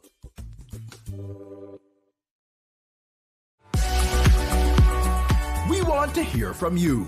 The Human Resource and Social Development Committee is inviting members of the public to share their views on the private members' motions concerning the following proposed changes to the Representation of the People Act. 1. Voters not being limited to using a black lead pencil to make a cross on the ballot. 2. Allowing outdoor agents to be within 20 yards of the polling station. 3. Polling stations closing 1 hour later. 4. Presiding officers not rejecting ballots due to incorrect removal of the counterfoil. And 5. The government immediately funding the Electoral Office of Jamaica, conducting a total re-verification of voters in Jamaica. What are your thoughts on these changes? How do you think this will improve your voting experience? Your feedback is important and will assist the committee in its deliberations on these matters of national importance. All submissions should be made in writing and sent to clerk@japarliament.gov.jm. Persons making submissions may be required to appear before the committee at short notice to explain their views. For more information, visit the Parliament of Jamaica website or our social media pages.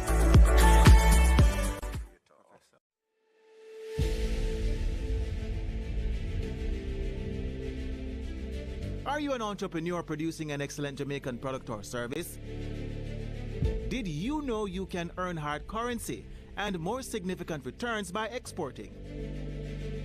Contact the Ministry of Industry, Investment and Commerce to help propel your business along the export lane. Everything you can produce, the Jamaicans overseas want it.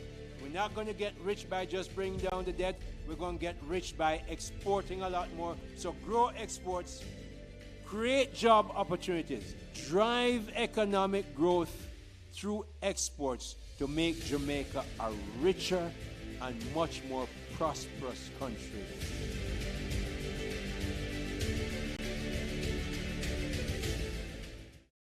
The following is brought to you by the Office of the Prime Minister. Jamaica is changing right before our very eyes. Across the island, billions are being invested into our road networks, from farm and community roads to major roads and highways.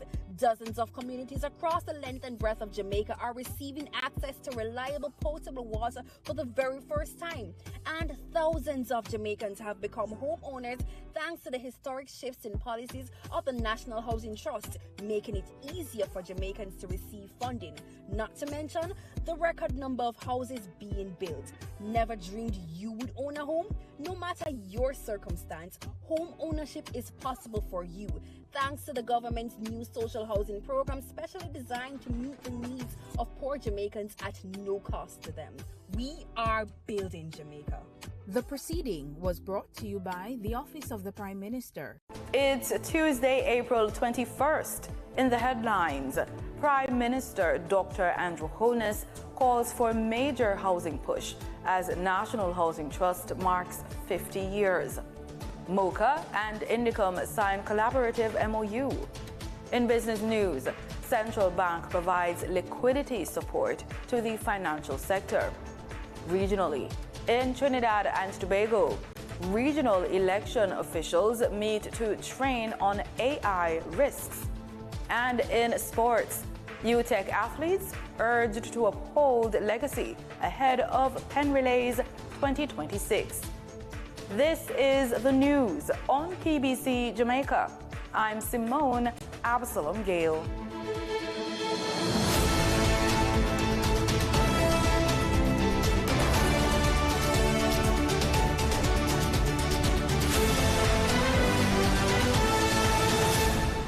The government is renewing plans to expand housing and reshape urban development across Jamaica.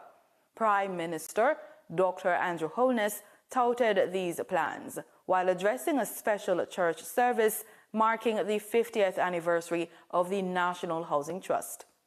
Speaking at the Webster Memorial United Church, Dr. Holness highlighted the agency's 5 decades of service, while outlining an ambitious vision for the next 50 years, one that includes large-scale housing development, post-hurricane recovery, and major urban renewal.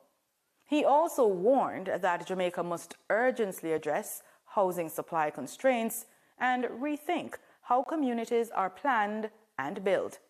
We have more in this report. In a reflective but forward-looking address, Prime Minister Dr. Andrew Holness praised the National Housing Trust for what he described as its role in transforming lives and strengthening communities over the past 50 years. Today we gather in a spirit of gratitude, reflection, and renewed purpose. We give thanks not only for 50 years of service by the National Housing Trust, but for what that service represents: security for families, dignity for citizens, and the steady construction of a nation, one home, one community at a time, for several generations. According to Prime Minister Holness, recent hurricane damage has exposed serious vulnerabilities in Jamaica's housing and infrastructure systems. He says the country now faces a key question in its recovery. The question was, will we rebuild better?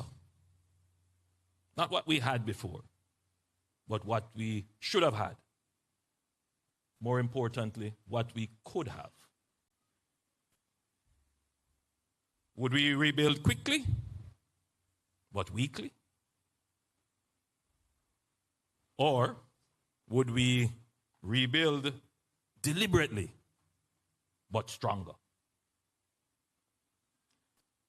It is in answering that question that the National Housing Trust has assumed a central and defining role.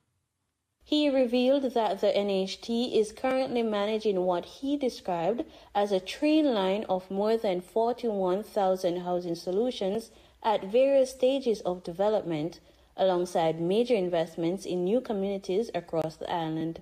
That includes approximately 10,700 units under construction, nearly 6,000 at the contract stage, more than 11,500 in procurement, and 11,600 in planning and design. Dr. Holness also used the platform to stress that Jamaica's housing challenge is not only about financing but supply, arguing that limited housing stock continues to drive up prices and deepen pressure on the market. For too long, we have approached housing primarily through the lens of access to financing for home buyers. But increasing loan limits without increasing supply only drives up prices. The real constraint has been land, infrastructure, approvals, and construction capacity.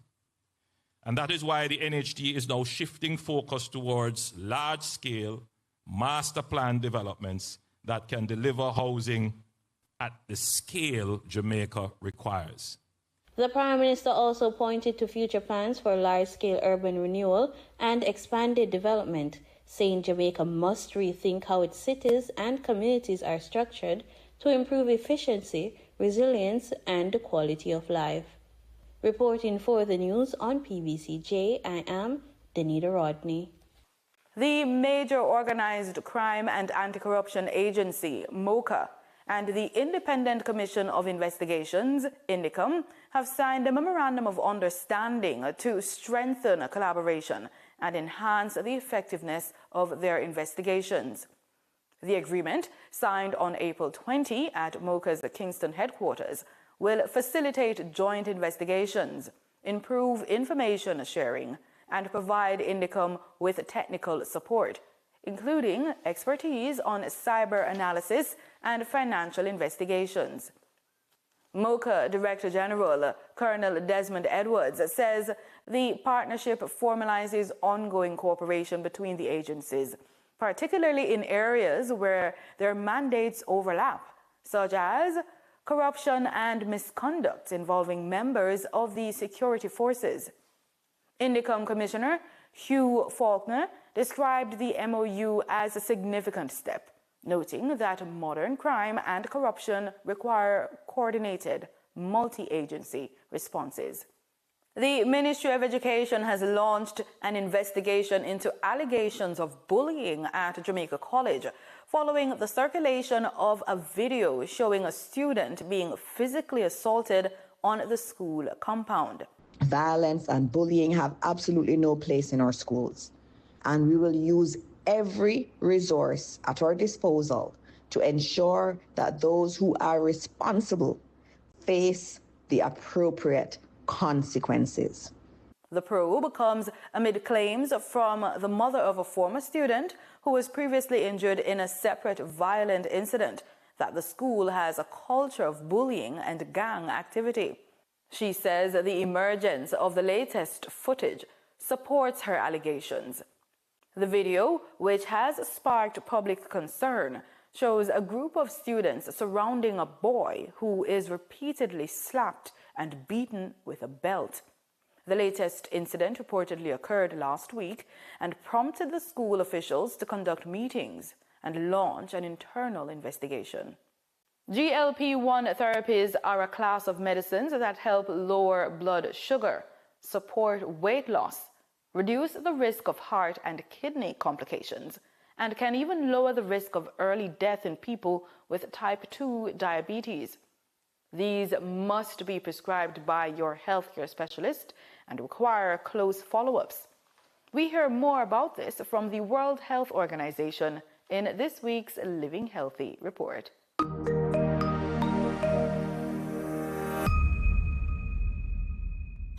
Obesity is one of the biggest health challenges of our time. Today, more than 1 billion people worldwide live with obesity, and that number could reach 2 billion by 2030 if we don't act. Obesity isn't just about weight. It's a chronic disease that increases the risk of life-threatening conditions like heart disease, diabetes, and even certain cancers. The World Health Organization has just released a guideline on the use of GLP-1 therapies for adults living with obesity. But what is GLP-1? GLP-1 stands for glucagon-like peptide 1, a hormone naturally produced by the body that helps regulate appetite and blood sugar. GLP-1 therapies are medicines that mimic GLP-1 hormone. It slows down digestion and reduces hunger, resulting in significant weight loss, especially when combined with healthy lifestyle changes. So what does WHO recommend? GLP-1 therapies may be considered for adults with obesity, people whose body mass index is 30 or higher, as part of comprehensive, lifelong care. What's important to note is that no medication should replace healthy eating, physical activity, and behavioral support. The World Health Organization based its recommendation on clinical studies that show GLP-1 therapies can help people lose 10 to 25% of their body weight over time. They are generally safe but can cause side effects like nausea or digestive discomfort, and in rare cases, major health problems. We therefore advise that these medicines be used under only medical supervision.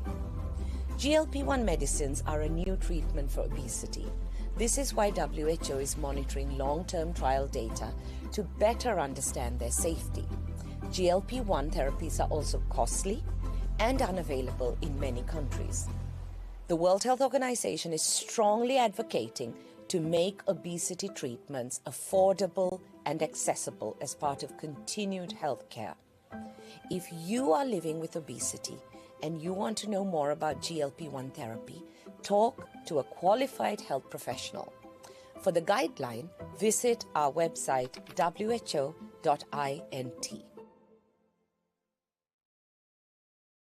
Time now for the business report with Denise Williams.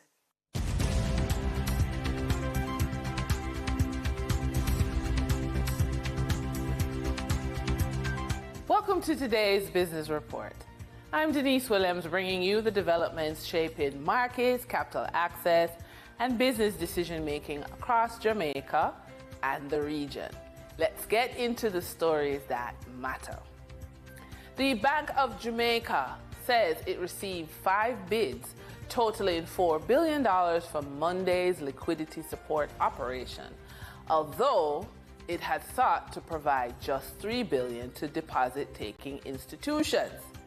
The central bank says it allocated a full $3 billion at an average interest rate of 5.76 per annum. Deposit-taking institutions include commercial banks, building societies, merchant banks, and credit unions. Port Authority of Jamaica received a stable credit rating from Caribbean Information and Credit Rating Services Limited, CARI-CRIS. This credit rating is supported by solid cargo operations, institutional stability derived from the Port Authority's legislative mandate, and ongoing infrastructure modernization across the cargo, cruise, and business processing outsourcing business lines. A gradual improvement in global economic activity with strengthening global cargo and cruise market conditions is expected to sustain revenue generation and operating performance. Consequently, PAJ is projected to maintain sound financial metrics, stable cash flow generation, strong capitalization, and adequate debt service capacity over the next 12 to 15 months. The ratings continue to reflect Port Authority's strategic importance to the government of Jamaica, the domestic maritime sector, and the wider economy. The authority also maintains a favorable market position in containerized cargo in Latin America and the Caribbean, supported by strategically located ports. For the trading period of April 2026, the most actively traded securities were Lasco Distributors Limited with 4,128,757 units, representing 19.57% of market sales activities. Trans-Jamaica Highway Limited with 3,416,536 units, representing 16.19% of market sales activities. Kentire Holdings Jamaica Limited with 2,656,577 units, representing 12.59% of market sales activities. Investor activity remained concentrated in transportation and distribution plays, signaling continued interest in dividend-producing and strategic assets. Turning to the foreign exchange market based on Bank of Jamaica data for April 20, 2026, Forex traders recorded significant activity with strong demand across major currencies. For the US dollar, trading margins reflected steady liquidity, with the US selling at $156.97 and buying at $158.92. For the Canadian dollar, moderate gain supported by 33 cents transaction spread. The Canadian dollar sold for $116.16 and was bought for $115.83. For the British pound, continued volatility offered short-term trading opportunities of $3.31 in profits for the banks. The British pound sold for $216.02 and was bought for $212.71. These movements underscore the importance of cash flow timing and currency awareness for businesses managing import costs, debt servicing, or overseas exposure. For our credit report tip of the day, consider credit as a trust filter. Government agencies and institutional clients are risk managers first. Before they look at how impressive your portfolio is, they assess whether you are financially stable enough to execute it. A strong credit profile communicates that you pay obligations on time, manage debt responsibly, and operate with structure. A weak profile raises concerns about cash flow strain, missed deadlines, or potential project disruptions. If your goal is to attract higher value clients, your credit strategy needs to be intentional. Pay obligations on time because consistency matters more than perfection. Keep credit utilization low to demonstrate control over cash. Build relationships with financial institutions before you need them. Regularly review your credit report for accuracy and gaps, and separate personal and business credit to strengthen your professional profile. For our funded and focused feature, the Caribbean brings stronger sisterhood, but you need structure. Building connections with other Caribbean women across countries can feel powerful. You can share advice, contacts, and support. The Women Entrepreneurship Knowledge Hub shows that mentorship and peer groups help businesses grow. But without clear structure, it can become confusing. Having organized groups or programs helps everyone get the right help at the right time. Staying connected to the Caribbean while building abroad can open many doors. It brings more chances, but more to manage. With the right support, structure, and funding, you can turn these connections into real growth for your business. Support is not just motivation, it's access. You need mentors who have already built businesses across countries, connectors who can introduce you to buyers, partners, and investors, peer groups of women doing similar work in the Caribbean, the US, Canada, or the UK. Research from Women Entrepreneurship Knowledge Hub shows women grow faster when they have strong networks and mentorship. The goal: be in rooms where decisions are made, not just discussed. And that's today's business report. I'm Denise Williams, bringing clarity to capital, markets, and strategy. Until next time, stay informed, stay intentional, and keep building forward. See you soon.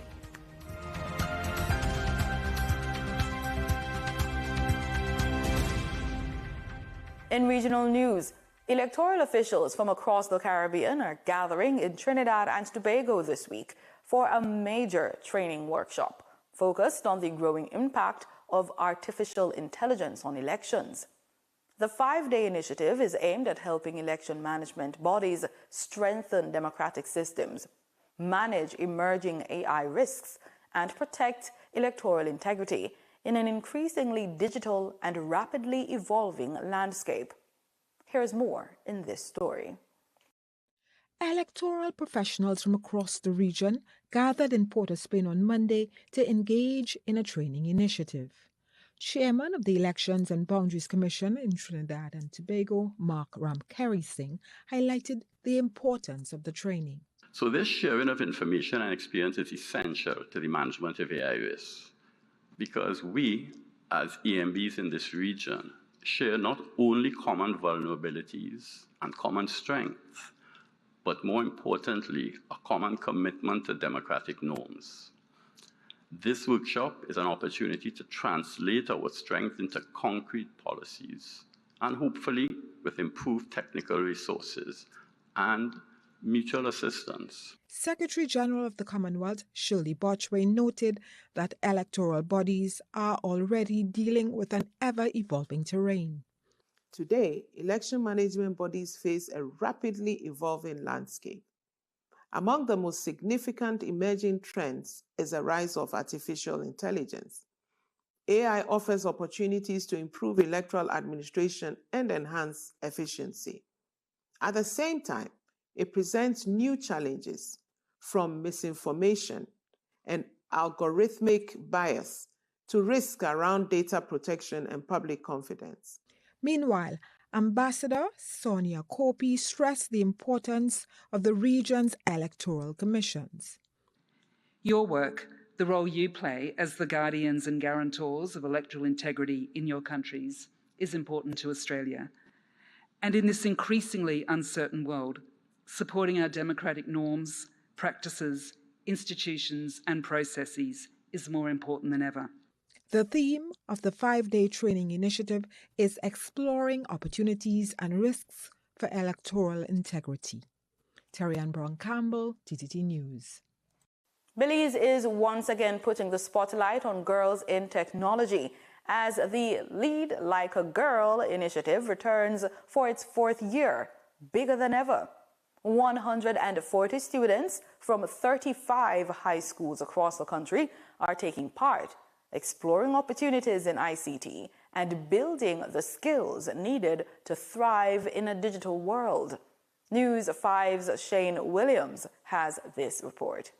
From a small idea to a nationwide movement, the push to get more girls into technology is gaining serious momentum. Marking International Girls in ICT Day, this year's program highlights just how far the initiative has come, now reaching more students and making a bigger impact than ever before. Ministry of Education, Science and Technology Director Namrita Balani says the expanding program reflects rising interest among young women and a clear effort to ensure they aren't left behind as tech careers continue to grow. 2 years ago, we launched the pledge, how you could expose, how you could encourage, and how you could support girls in tech. We worked with the pledges divided into the 4 C's, how you could do it from your couch, your community, your company, and your country. From your couch, simple things like sharing a post, being here, volunteering, to more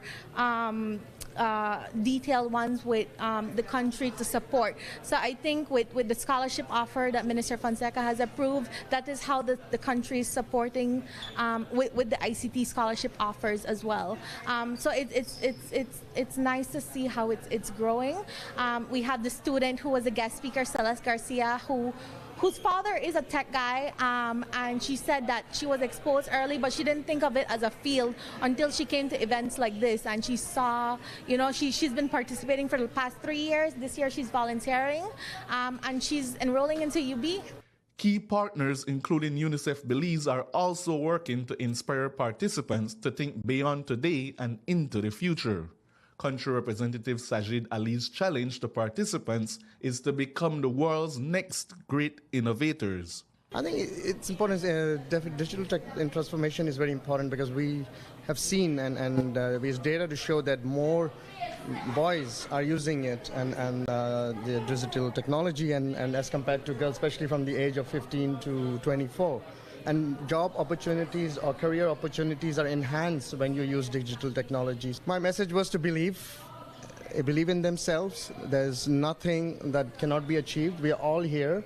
Whoever has succeeded or been moving on in their career has believed in themselves, of course with a little support from others and of technology. So they should continue to believe in themselves and to support, get the support of others in this field, because they will be the next leaders, they will be the next innovators, they will be the next decision makers for this country and in the world. That message is already resonating with past participants who are now going on to pursue careers in the field.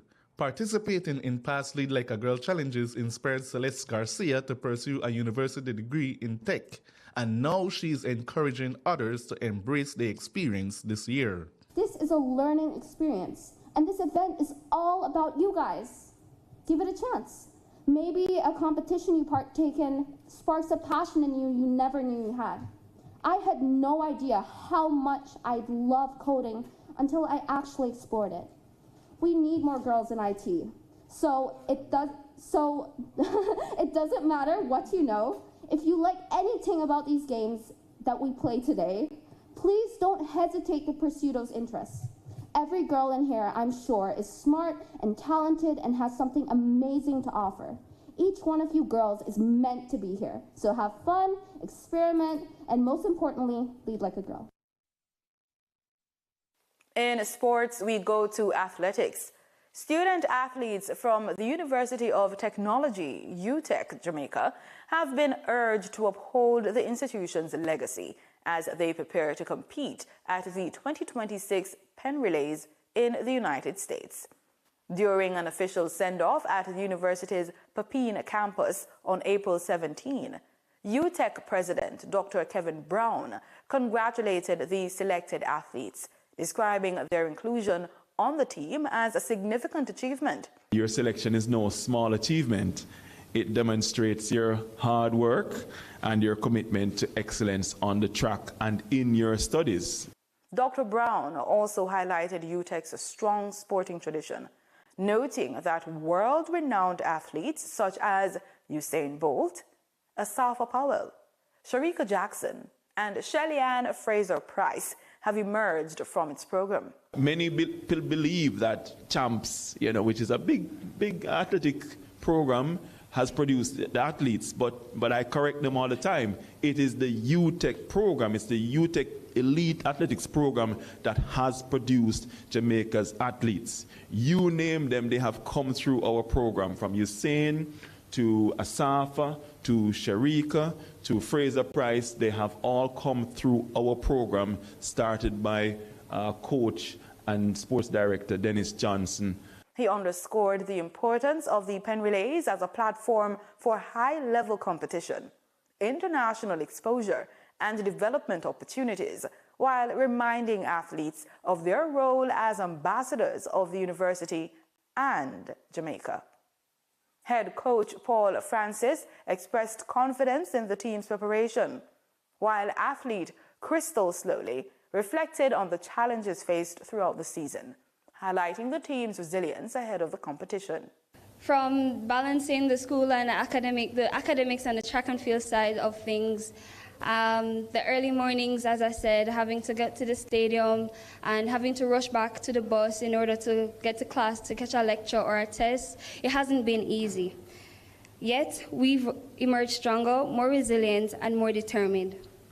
This is a testament to our ability to overcome any obstacle. The 130th running of the Penn Relays is scheduled for April 23 to April 25, 2026 at Franklin Field in Philadelphia. And that's the news on PBCJ. You can follow us on our social media platforms at PBC Jamaica. Thanks so much for watching.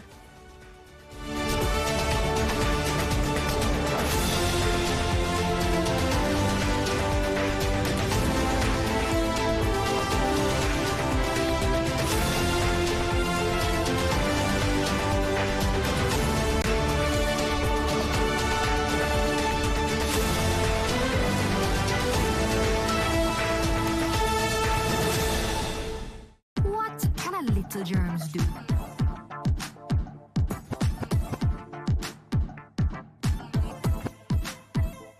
Pink eye running belly even flu. Germs can make them happen to you.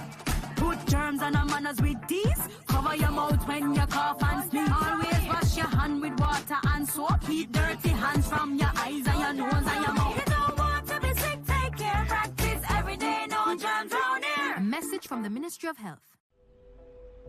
In Jamaica, there needs to be one law for all. Every member of this society, regardless of profession, finances, or the area you live in. I have some bad news. The company didn't get the contract? The money they paid us for it has gotten out. Are you serious? I'm afraid so, and I understand that there are going to be corruption charges. Minister, please come with us, sir. Breaking news. A senior politician and senior civil servant have been charged for corruption. Thank God not all of them stay, sir. Build integrity. One law for all. A message from NIA.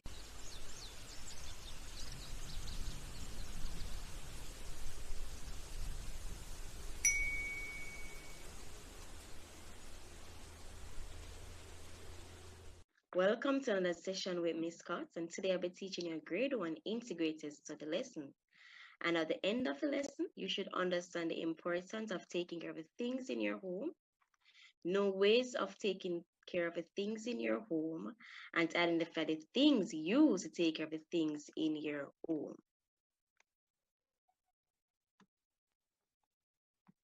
All right, and our topic is in integrated study.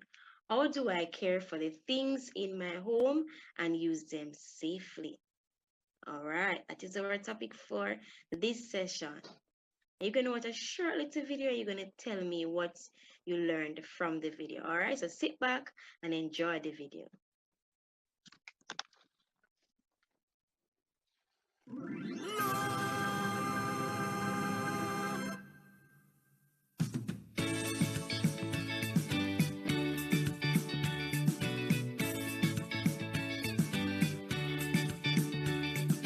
Every time it's time to go, there is one thing you should know. It's time to clean up, time to tidy up. Before you're ready to walk away, there is one thing you should say. It's time to clean up, time to tidy up.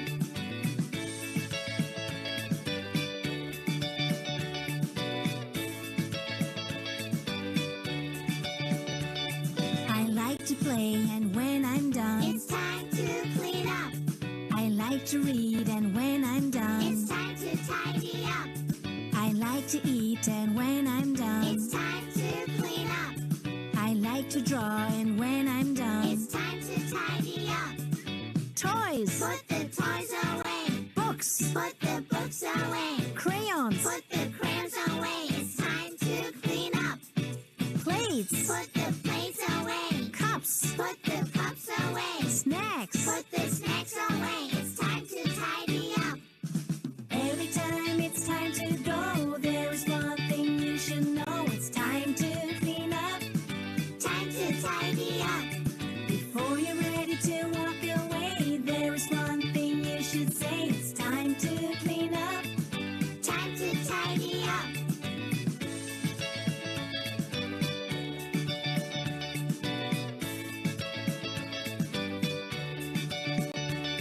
I like to build, and when I'm done, it's time to clean up. I like to glue, and when I'm done, it's time to tidy up. I like to cut, and when I'm done, it's time to clean up. I like to cook, and when I'm done, it's time to tidy up. Blocks, put the blocks away. Glue, put the glue away. Sheets, put the sheets away. It's time to clean up. Scissors, put the scissors away. Pots, put the pots away. Pans, put the pans away. It's time to tidy up. Every time it's time to go, there is one thing you should know. It's time to clean up, time to tidy up. Before you're ready to walk away, there is one thing you should say. It's time to clean up, time to tidy up.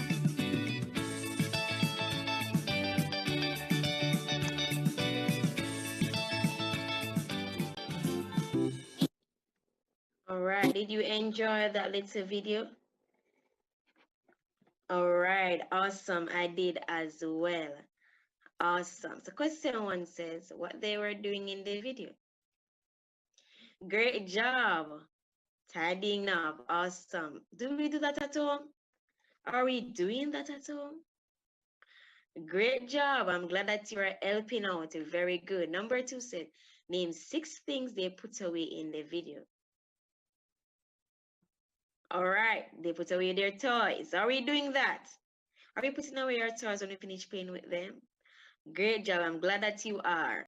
They also did what? Put away their books. Great job. Another one. Crayons. Awesome. Excellent. Put away their blocks. Are we putting away our blocks or building blocks? Great job. Cups away. Yes, you're not too young to take up your cups and your plates and put them back where they should be.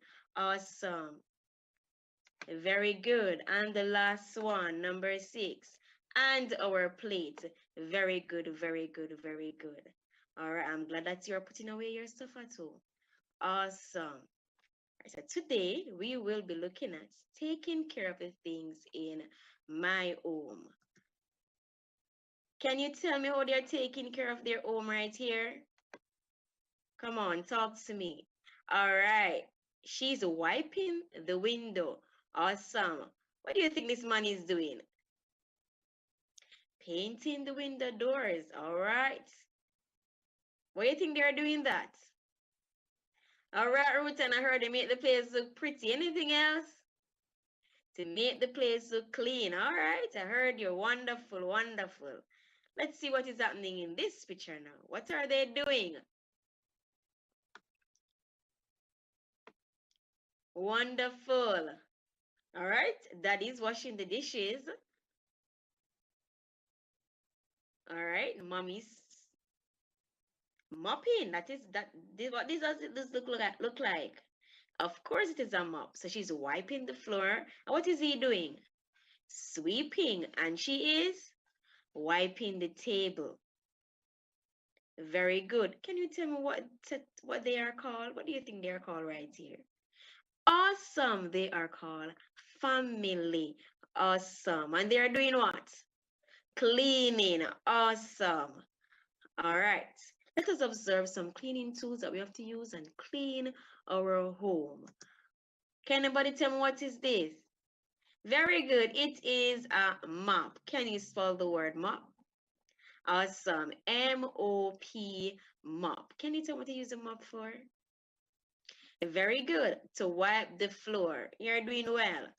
All right. Anybody can tell me what is this? It is a broom. What do you use a broom for? To sweep inside your home. You want to sweep inside of your home? Can you tell me somewhere else that you sweep? Awesome. You also sweep on the outside of your home. Can anybody among us spell the word broom? Very good. B-R-O-O-M, broom. All right. Can you tell me what is this? Rags. Very good. They are called rags. What do you think you use a rag for? All right, Rashid, wipe off the counter. All right, very good. Anything else? To wipe the refrigerator. Awesome. Anything else? Yes, Mattia, to wipe the table. We are doing very well. Can anybody spell the word rag? Awesome. R-A-G is rag. Very good. All right. The more we have more. Anybody can tell me what we call this? Beautiful. This is called a bucket. What do you use your bucket for? All right. Some person said they store water in their bucket. All right. Anything else? All right. Matthew said he used a bucket and the mop to wipe all the house. All right, Matthew. I see that you're cleaning. All right, Matthew. Can anybody spell the word bucket? Beautiful. B-U-C-K-E-T, bucket. All right, beautiful. Anybody can tell me what is this? What does it look like? Awesome, it is a rake. Where do we use the rake? All right, so I'm getting a lot of answers. I get in the garden, in the yard, of course. Very good, very good, very good. All right, and spell rake for me. Very good. R-A-K-E, rake. Awesome. I wonder what is this one? Anybody know what it is? Shovel, very good. Can you spell the word shovel? Awesome. Shovel, shovel. What do you use a shovel for? All right, I heard to take up the garbage. And where are we going to put the garbage? Awesome, in the garbage bin. Very good, very good. So these are some. We have a lot more cleaning tools that we can use at home. These are some cleaning tools that we use to keep our home clean. All right, Rutan, and pretty. Rutan, yes, Rutan love to say the word pretty. And pretty, of course, keep our home clean and pretty. Very good. All right. So here are some ways we can keep our home clean. So caring for the things in your home. All right. Let us observe this picture right here and talk about what the lady is doing. Awesome. She's wiping the furniture. Awesome. Can anybody tell me what is this in her hand? Can we read what you see on the bottle right here? On the container. Very good. Polish. So what do you think she's using the rag and the polish to do? Very good, to wipe the table. But before we wipe the table with the polish, what do we have to do first? Anybody know? Very good, Matthew. You have to dust it first. Yes. You have to dust it off first. Take off all the dirt off it. And what do you think when you put on the polish on the table, or the polish, how would the table look? Awesome. It will look shine. Yes, Rutan, and pretty. Awesome. Awesome. So furniture must be dusted and polished to keep clean. So you have to, can you tell me the furniture in your home that you're going to dust and polish? Awesome. An hairdresser, very good. The table. All right, the entertainment stand. All right. Wonderful, wonderful. Give yourself a clap. Awesome. Let us look at this picture now and tell me what you observe. All right, somebody's wiping. You know what they're wiping off? The toaster. Very good. They're wiping off the toaster. All right. What is happening in this pan right here? All right, the toaster is inside of it. In what? What is inside of the pan as well? In water. Why do you think they put a big X on this? All right, Rutan said because you should not put plugged things in water, things that are plugged in water. All right, Rutan, I hearing you. Very good, very good. So we should not put electrical appliances in water. We must unplug them before we clean them. We should wipe appliances after each use. So each time you use your appliances in your home, you must wipe them off to keep them clean. Awesome, to keep them clean. Very good. Are we going to put them in pan of water? Oh no, what do you think going to happen if we put it in a pan of water? All right, I heard someone said it won't work again. Yes, it won't work again, and then mommy and daddy will have to go to the repairman for them to fix it. And if the repairman cannot fix it, so they have to end up buying a new one. All right, so you're going to take care of the things in your home so they can serve you for years, for a very long, long time. So they said, remember to wipe off all your appliances. We're not going to wash them. All right, very good. All right, let's see what we have here. What is happening in this picture right here? All right. All right, they're washing off the shovel. Very good. So it says we should wash and dry tools after we use them. So after you use your fork, your hose, and your shovel, make sure you wash them off after you use them. All right, make sure. Let's look over here and tell me what is happening. All right, somebody's washing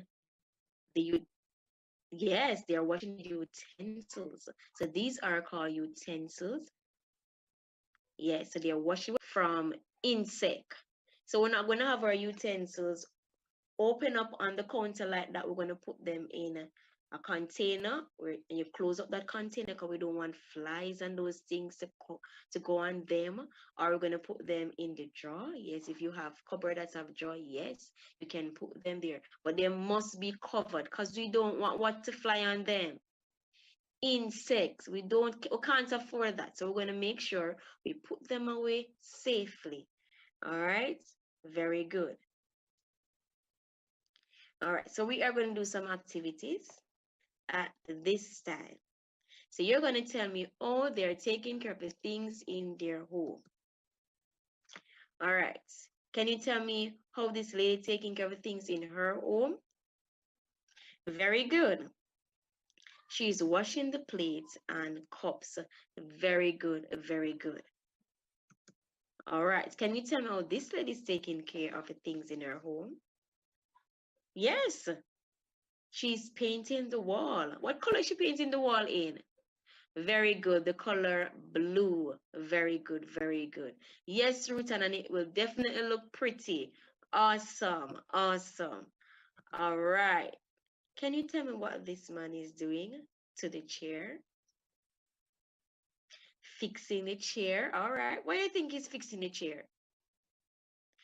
All right, because it is broken. All right. So the man is repairing the chair. The man is repairing the chair. Awesome. All right. So what is happening in this picture right here? All right, I heard Rashi said cleaning the carpet. Do you know what he's using to clean the carpets? What is this thing called? Very good, Rutan. It's called vacuum. Very good. Very good. So the man is vacuuming the carpet. Why is he doing that? Yes, to take off the dirt off it so it can be clean. All right, what if we don't have any vacuum at home and we want our carpet to be very clean? What can we do? Awesome, we can take it out and wash it with what? Soap, yes. What else? Water. Anything else? Washing brush. Awesome, of course. So if we don't have vacuum, don't worry, we can take it on the outside and wash with all the things that you just told me. Very good, very good. All right. So you're going to rearrange the words to make sentence. All right. So number one says, dishes came, the washing is. Anybody can rearrange these words to get a proper sentence, a good sentence. All right, I'm waiting. Awesome. Kim is washing the dishes. Very good. Number two. A wall are two painting women. Let us say it again. A wall are two painting women. Can anybody restructure this sentence? Awesome. Two women are painting a wall. Give yourself a clap. Give yourself a clap. Very good. Very good. All right. So you're now going to share with me how you can keep your home clean. You're going to share with me how you can keep your home clean. So we have looked on many ways that we can keep our home clean. It's time for you to tell me how you can keep your home clean. All right, I'm waiting, I'm listening. Awesome. By spreading the bed, of course. By spreading your bed, you're keeping your home clean. Number two, packing away the clean dishes. Yes. So you take them out from where? From the sink and put them in. Some person said, all right, or she said in big container. All right, what else? In the tray. All right, so it depends on what you have at home. You will pack your dishes where they need to go. All right. Number three, you're gonna wipe the table. Awesome, awesome, very good, very good. So these are some ways and many other ways we can keep our home clean, and it is important for us to keep our home clean. Can anybody tell me why do we need to keep our home clean? Why is it important? Why can't we just leave everything on the floor, leave our bed unspread? just use the dishes and don't wash them. Why can't we just do that? Anybody know? Why can't we just do that? Why do we have to clean the plate? Why is it important for us just to keep the place clean? All right, I heard you. When we clean, we don't get germs. All right, very good. That is very good. So it's important to keep our home clean because keeping our house clean will stop the spread of germs and help to keep you healthy. It will help to keep you healthy. So you should be helping out at home, keeping your home clean. So cleaning up spills, vacuuming your carpets, and keeping kitchen and bathroom clean will kill germs. Yes, it will. It will kill germs. So make sure that we are keeping our home clean. All right. So don't spill anything on the ground and wait until mommy gets home to come and clean it. What do you think will happen to you if you leave the mess on the floor? Very good. You will slip on. Of course, you will slip. You will slip. And then what will happen to you when you slip on the ground? You might burst your head. Yes. In those type of accidents, and we don't want that. So we want you to clean your home. Yes, clean up off yourself. You're big enough to clean up off yourself. What are you going to put away? Very good. You're going to put away your books, your toys. If you make a mess, you're going to clean it. Very good. Very good. You have to keep your home clean. All right. So what does it mean taking care of the things in your home?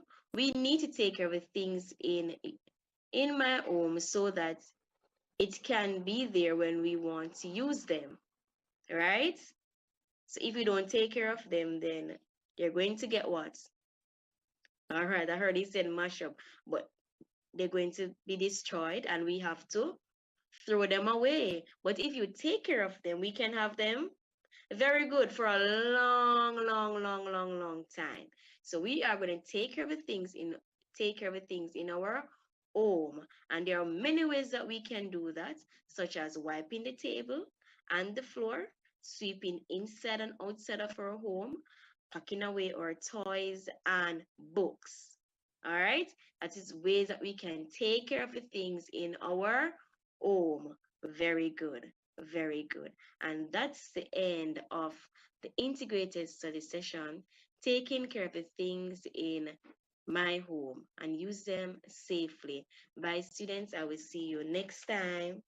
Bye. Peace begins with us. Every act of kindness, every step towards understanding brings us closer to a brighter tomorrow. Let's choose unity, compassion, and hope. Together, we can build a future where peace reigns. Brighter tomorrow starting today.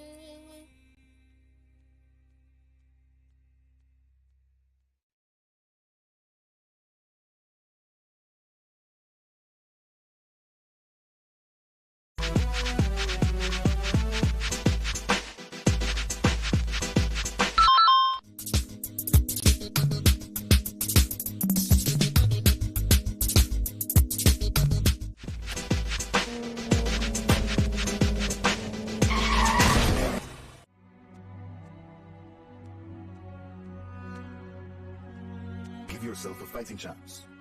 Wear the approved helmet. A message from the Road Safety Unit in the Ministry of Transport and Mining. In a world full of noise, it's easy to miss what really matters. That's why we're here. Why it matters. Discussions that break down the issues you didn't know you needed to know. The stories overshadowed. The facts you were never told. And the topics too important to ignore. Credible, clear, connected to your life. If you've ever wondered what's really going on and why should you care, this is the show for you. Why it matters. Because understanding the world, our world, starts with asking the right questions and getting the answers from the right people. Why it matters. Only on PBCJ. The People's Station.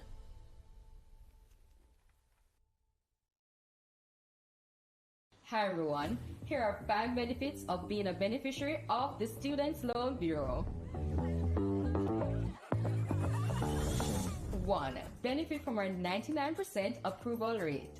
2. Benefit from our low interest rate, so less burden when you need to repay. 3. Benefit from the fact that we require no collateral when applying.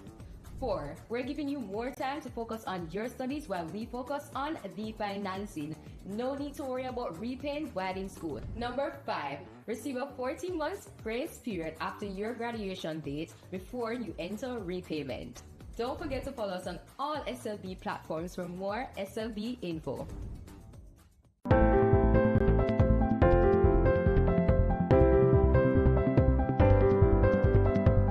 For our Funded and Focused feature, many business owners are signing up for multiple AI tools, but not seeing real results from the money they spend on monthly subscriptions. In a recent article on Substack, writer Ruben Dominguez explained that most people are overpaying for AI subscriptions because they buy tools without a clear purpose. If you are new to artificial intelligence AI, here's the simple way to think about it. AI is not about the technology. It's about making more money with less work. So instead of asking what AI tools should I buy, ask, can this help me find clients? Can this help me manage money better? Can this help me raise funds or investors? Can this help me build a strong team for my business? Can this help my business grow faster? If the answer to any of those questions is yes, then the monthly subscription to the AI tool is worth considering.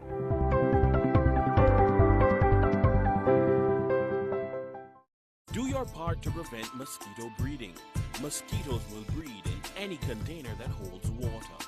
Tightly cover water storage containers such as drums, barrels, buckets, and tanks. If this cannot be done, pour cooking oil on the water surface. Punch holes in all tins, plastics, and beverage boxes to prevent the collection of water before disposal. Cover all tires or fill with dirt to prevent water collection. Scrub all vases once per week to remove mosquito eggs. Use mosquito repellents to protect yourself from mosquito bites. Dispose of garbage properly by placing in plastic bags and securing properly to prevent water collection. A message from the Ministry of Health and Wellness.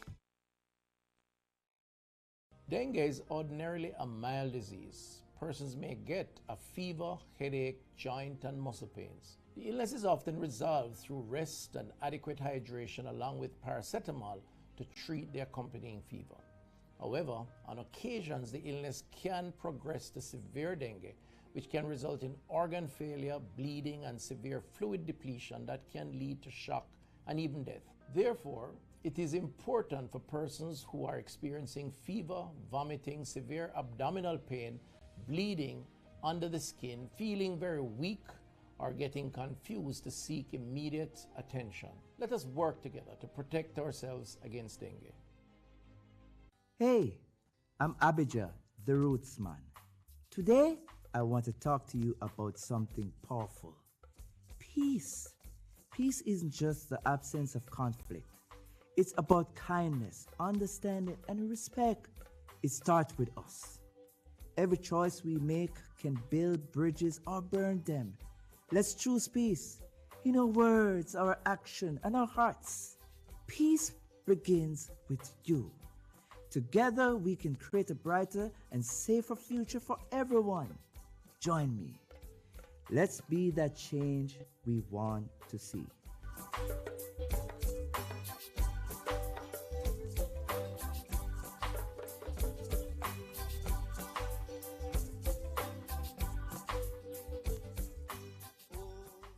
Jamaica, let's spread the word around to let the world know that we are proud to be one republic. We on the road to republic. Well then, let's propel we nation, moving forward in a new direction. True independence, that's the projection. No more dependency, it's the best plan. Yes, we know what's best for us, cause we want we country prosperous. So make we just pull together as the general public, while on the road to republic. Let's spread the word around around to let the world know that we are proud to be one republic. We on the road to republic. A message from the Ministry of Legal and Constitutional Affairs. We on the road to republic.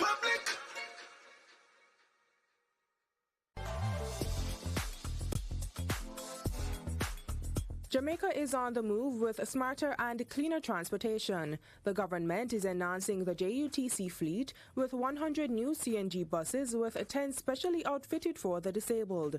Running on compressed natural gas, these buses reduce emissions while offering advanced safety features and Wi-Fi. Jamaica is driving in comfort towards a sustainable future. Hi boys and girls, welcome to another session with Miss Scott. And today I'll be teaching you an integrated studies lesson. And our topic for today is, what are the things in my home and who made them? At the end of the lesson, you should be able to tell me, I identify different rooms in the home, readily identify what is done in each room, identify the things in the home and who made them. So you can watch a short little video for me, and from the video I'll be asking you questions. All right, so focus and listen to the video.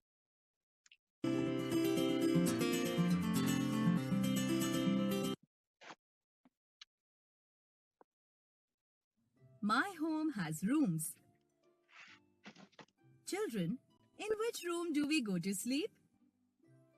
The bedroom. The bedroom. And where do we go to brush every morning? The bathroom. Yes, in the bathroom.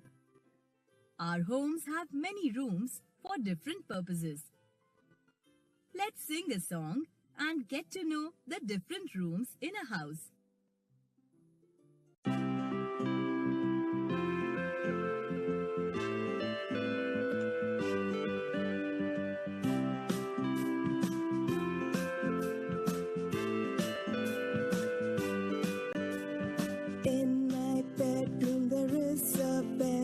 A sheet to cover and a pillow for my head. In the kitchen, grab a spoon and plate. Mommy's cooked food, it smells great. In the living room, you can watch TV, read the newspaper or have some tea. Have a bath, brush your teeth, wash your face. To do all this, bathroom is the place.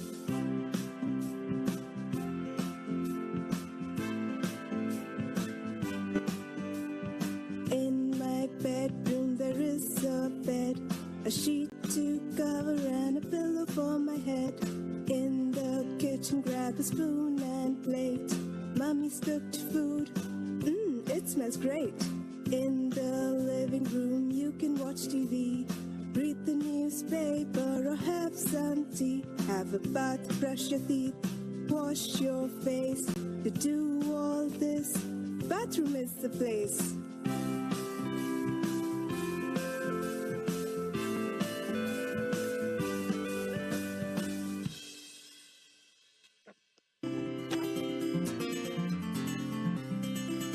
Alright, did you enjoy that video? Awesome, it was a lovely video. So question time from the video. The first one is, which rooms were mentioned in the video? Awesome, so you heard bedroom, what else? Wonderful, living room. Any other room? Great, kitchen and bathroom. Can you tell me how many rooms that was mentioned? Can you count and tell me? Very good. 4 rooms were mentioned in the video. Question 2. What items were in the bedroom? Wonderful. You saw a bed. What else? Very good. Sheets. Can I get another one? Awesome. And pillow. Very good. Number 3. What items were mentioned in the kitchen? Awesome. The spoon. And the plate. Anything else?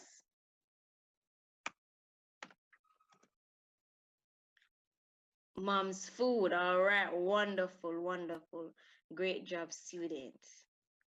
Now, today we'll be looking at finding the things in my home and who made them. All right. And I have a little picture right here that's showing us the different wonderful rooms in our home. Do you know what this room name? Awesome. Living room. Anyone know what this one name? The kitchen. And this one, the bedroom. And this one, the dining room. All right. Awesome. So again, a little activity right here. You're going to predict the picture that I'll be showing you. You're going to tell me where in the home we can place these items. What is that? A pillow. Where will we put our pillow? Awesome. On the bed. And where would the bed be? Awesome. In the bedroom. What about this one? What is that? A stove. Awesome. Where will we put the stove? You're doing well. In the kitchen. And that one? What's this called? Toilet. Where will we put the toilet? Alright, it can be found in the bathroom. And this one? The bed. I wonder where we'll put this one. What is it called? Or somebody said fridge. Anybody can tell that person the correct name? Awesome, Rutan. Refrigerator. And where will we find it? In the kitchen. You're doing well. That one is the television. Where can we find our television? Very good. I heard bedroom and I heard living room. Yes, we can have it in those rooms as well. And this one, face basin. Where can we find it? In the bathroom. Awesome. So that you have to tell me about where we find these things. We are going to drag the pictures and place them under the correct heading. You remember what you told me? All right, let's go. What is this word? Bedroom. Awesome. Spell the word bedroom for me, students. bedroom. Bedroom. All right, let's see what we can drag down here and put it in the bedroom. All right, I heard the pillow. Let's put the pillow there. Anything else? The bed. Do you want to put anything else in there? Awesome. The television. Wonderful. Wonderful. All right. What is this word that I've highlighted? What is this word? Kitchen. Can you spell the word kitchen? Kitchen. Kitchen. Wonderful. What can we put in the kitchen? All right. The stove. What else? And the refrigerator. Awesome. So we have one more table to fill in. Anybody can tell me what word is this? Wonderful. Bathroom. Can you spell the word bathroom? bathroom. Bathroom. And what we're going to put in the bathroom? Awesome. The toilet. And we're going to put the face basin. Awesome. Awesome. Give yourself a clap.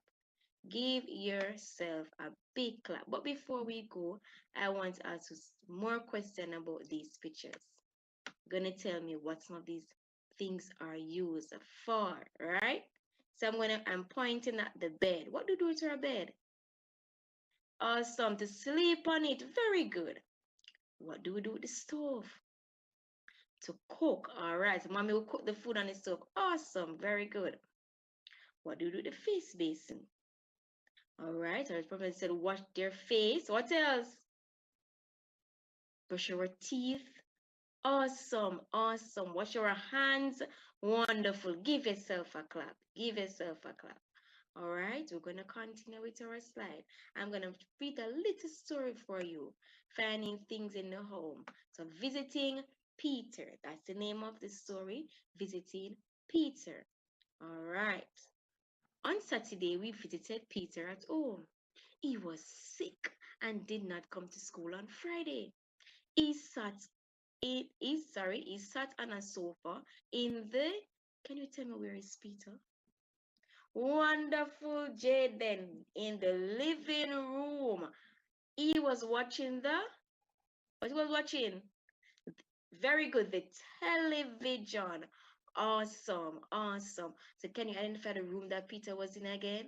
Very good. He was in the living room and he was watching the television. When you look on the picture over there and tell me what else can we find in our living room? Wonderful. I heard somebody say bookshelf. Yes. Awesome. Picture frames. It's more awesome. What else? Curtains. What else do you see in Peter living room? Flowers. All right, wonderful. So these things can be found in our living room. Persons have many other things in their living room. All right, so very good. Let's continue our story. His grandmother cooked pumpkin soup on a big, where do you think grandma cooked the pumpkin soup? Awesome, awesome. On the stove, on a big stove. Where do you think she cooked it? In the where? Awesome, in the kitchen.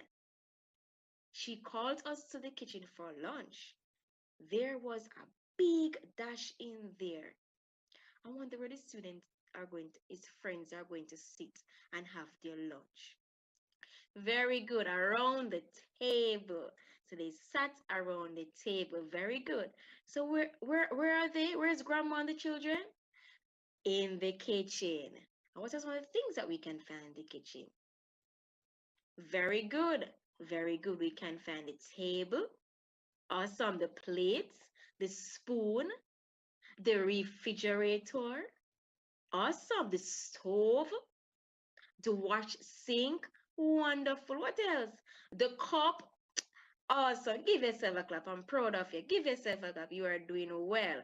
Let's continue our story. All right. Peter's father came in with a big watermelon and some mangoes and pineapples. He picked them from I wonder where he get all of those lovely fruits. Very good, Ruth, and from the garden. Awesome. Awesome. You are doing well. You are doing well. All right. Peter became very tired, so he went to bed in where's Peter now? All right, in his bedroom. All right, can you identify some other things that Peter have in his bedroom? Closet, all right. Nightstand, all right. Carpet, I hear in your toys. Wonderful. Pictures, yes, lovely pictures. Bookshelf. And you also have curtains. Give yourself a clap. Give yourself a clap. You're doing well. All right, and that was the end of Visiting Peter's story. Clap yourself. So we're going to continue now with who are the people that made things for our home. So who make things for our home? Anybody can guess before I put up the very first one? Before I put up the very first one. All right. The man that made the table. You don't know what's his name? You don't know what his name of the man? I am going to tell you what's the name of that man that made the table. All right. And make the dresser. All right, we're going to find out what's his name. All right. We're going to find out what is that person called. So different people make things for my home. Each person have a special job to do. All right. Is this the person you were talking about, Rashid? All right. So they're called carpenter. So they are called carpenter. Can you tell me some of the tools that they have in their hands? Okay, you see board, you see saw, you see hammer. Awesome. So and they're using many other tools to make the furniture for our home. So the carpenter makes furniture for the home.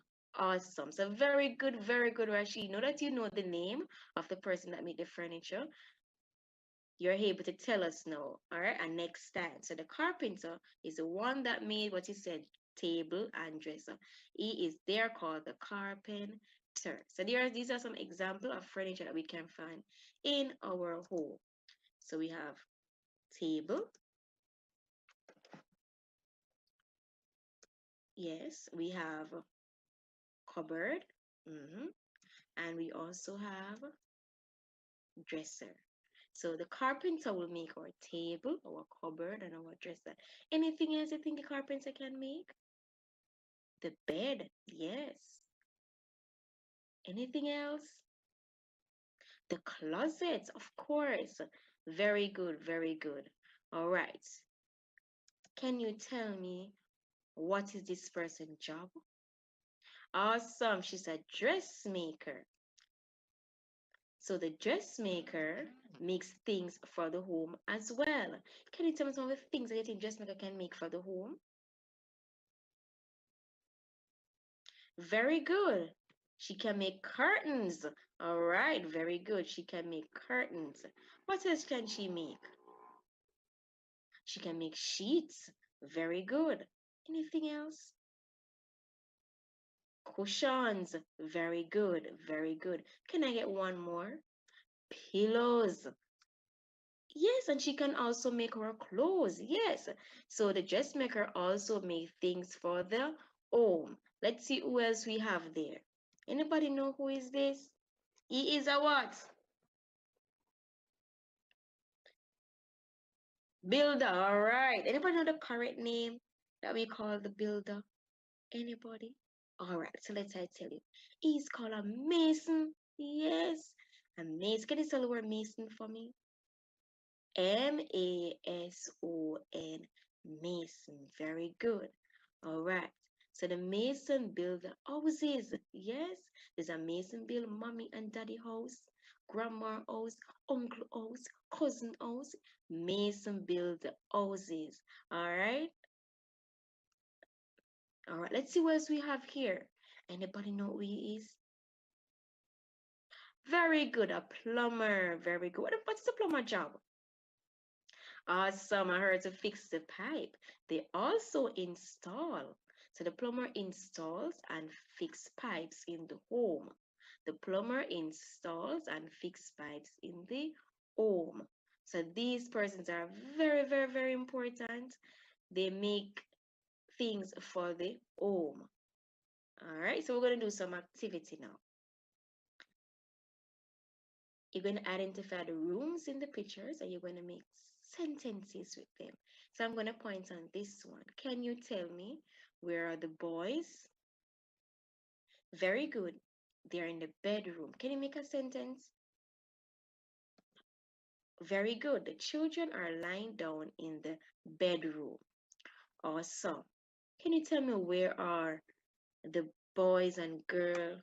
The boy and girl over this side on this picture? Very good. They're in the bathroom. Can you make a sentence? They are brushing their teeth. Very good. Very good. Can I get more sentence from these two pictures? Can you make more? All right. Awesome. Let us make some more sentence. So look on the picture. I have the pictures at the side, and you are going to give me some more sentence. Very good. Very good. The boys are in the bedroom. I like that one. Can I get a next one? Awesome. The curtains in the bedroom are red. Wonderful. And who do you think can make the curtains in the bedroom? Awesome. The dressmaker. All right. Who do you think made the boys' bed? Very good. The carpenter. You're doing well.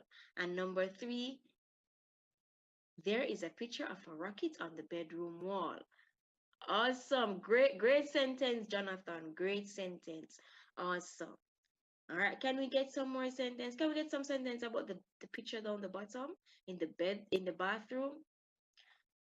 All right. Awesome. I like that one. There is a mat on the bathroom floor. Yes, I'm seeing the mat. Very good. Very good. The children are brushing their teeth in the bathroom. Awesome. Very good. Do you remember how many times you should brush your teeth for the day? Very good. 3 times in the morning, in the afternoon, and before you go, and after you finish eating your meal. And so before you go to your meal, you should brush your teeth to keep them what? Clean. All right. And another sentence. There is a mirror on the bathroom wall. Let's look for that. Yes, there is a mirror on the bathroom wall. Can you tell me the shape of the mirror? Awesome. Awesome, Gabriel. It is an oval. Very good. Loving the sentence, student. Loving the sentence. All right, let us do this one. It says to choose the word to complete the sentences. So number one says, the dash fix the pipes. Who fixed the pipes? Very good. The plumber fixed the pipe.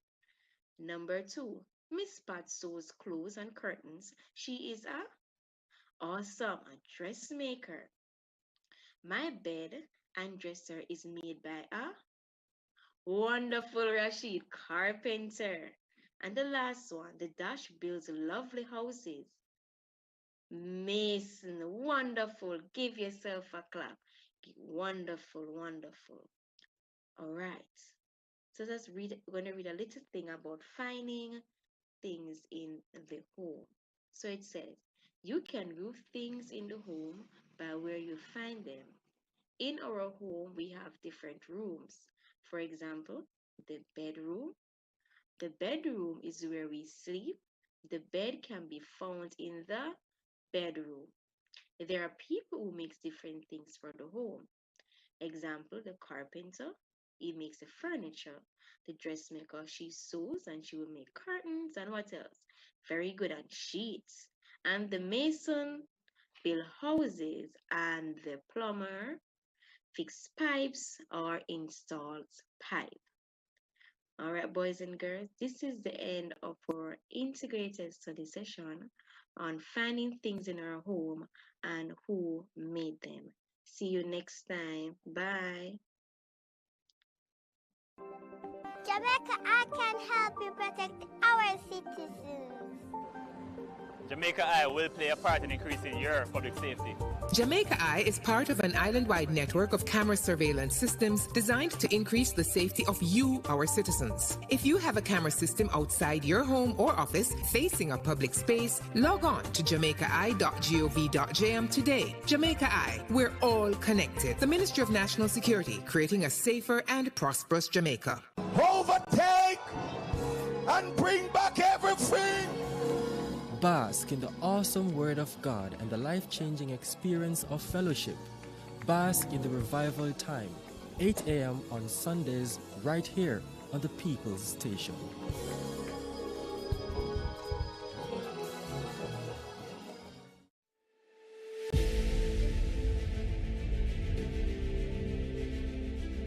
Are you an entrepreneur producing an excellent Jamaican product or service?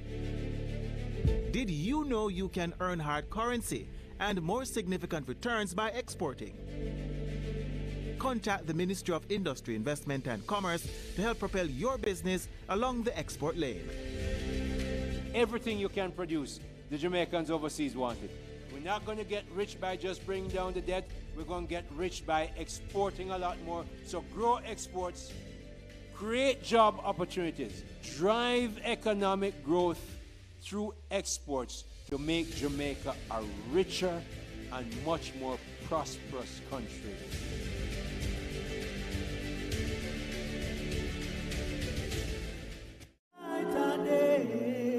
Rebuilding continues quietly and deliberately in communities, in businesses, and in the lives of people still finding their footing. We soon come back.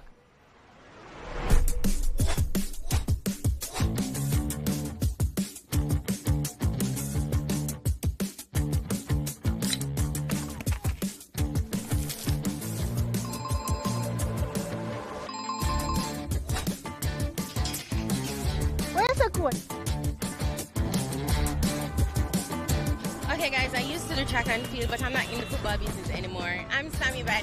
Yo, this Apple Met News, I just got a call, season I start. Okay.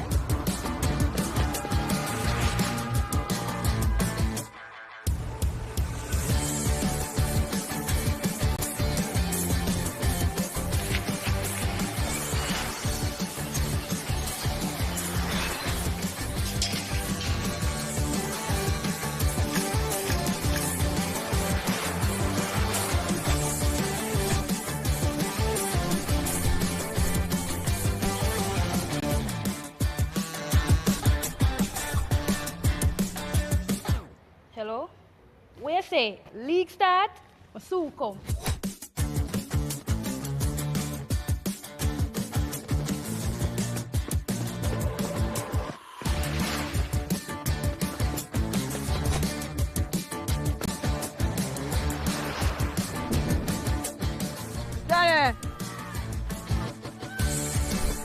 Hello? Alright. Yo, you can't go to the ball. Where you go to the ball? Go to the ball.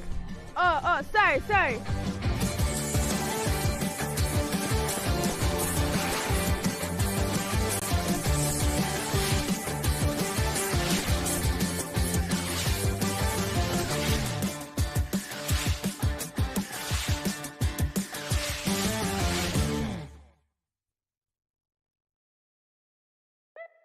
BGLC, the regulatory body. We regulate, you play without worry. We regulate, you play. BGLC, fair play when you play. For the fun of the game, you know where they are. BGLC, keep it fair for the player. You play the game and we are the rules setter. Keep everything fair so the game play better. The Betting, Gaming and Lotteries Commission. We ensure fairness, integrity and responsible gaming practices. Keep the game fair and fun for everyone. We regulate, you play. Embark on a journey to discover the truth that sets us free. Join us on Tomorrow's World, your weekly source of hope, answers, and divine insight. Sundays at 9 a.m. with rebroadcasts on Tuesdays and Thursdays at 5:30 a.m. Tune in right here on PBCJ, the People's Station, and be inspired.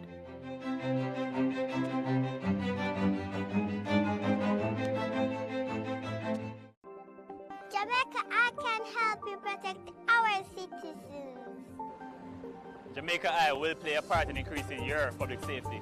Jamaica Eye is part of an island-wide network of camera surveillance systems designed to increase the safety of you, our citizens. If you have a camera system outside your home or office facing a public space, log on to jamaicaeye.gov.jm today. Jamaica Eye, we're all connected. The Ministry of National Security, creating a safer and prosperous Jamaica.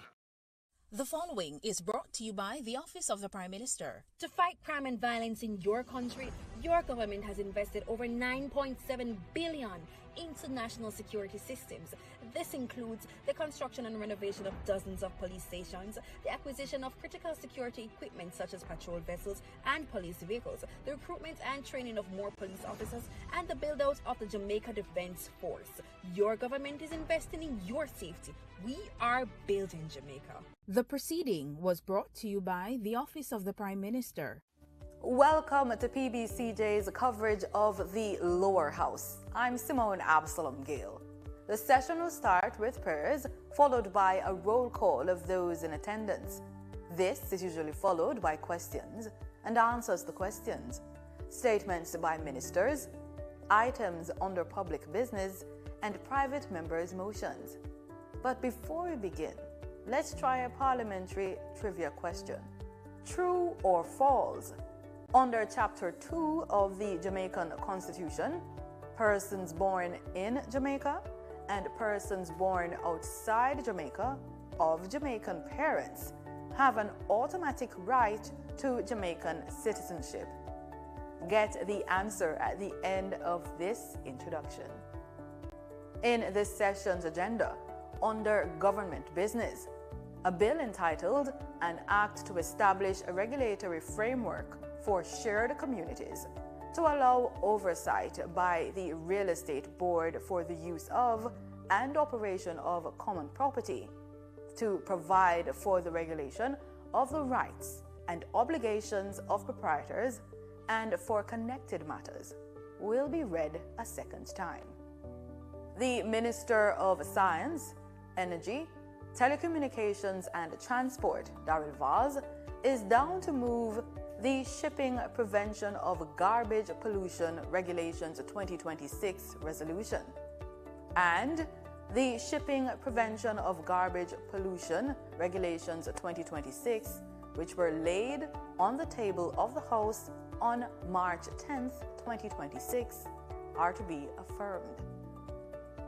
The Minister of Finance and the Public Service, Favour Williams, is down to move a resolution cited as the Pensions Superannuation Funds and Retirement Schemes Registration, Licensing and Reporting Amendment Regulations 2026 resolution and the Pensions Superannuation Funds and Retirement Schemes Registration, Licensing and Reporting Amendment Regulations 2026, which were laid on the table of the House on March 24th, 2026, are hereby affirmed. The House is down to continue debate on a motion moved by the Prime Minister and Minister of Economic Growth and Infrastructure Development and of Defense, Dr. Andrew Holness, to establish legislation for the National Reconstruction and Resilience Authority, NARA.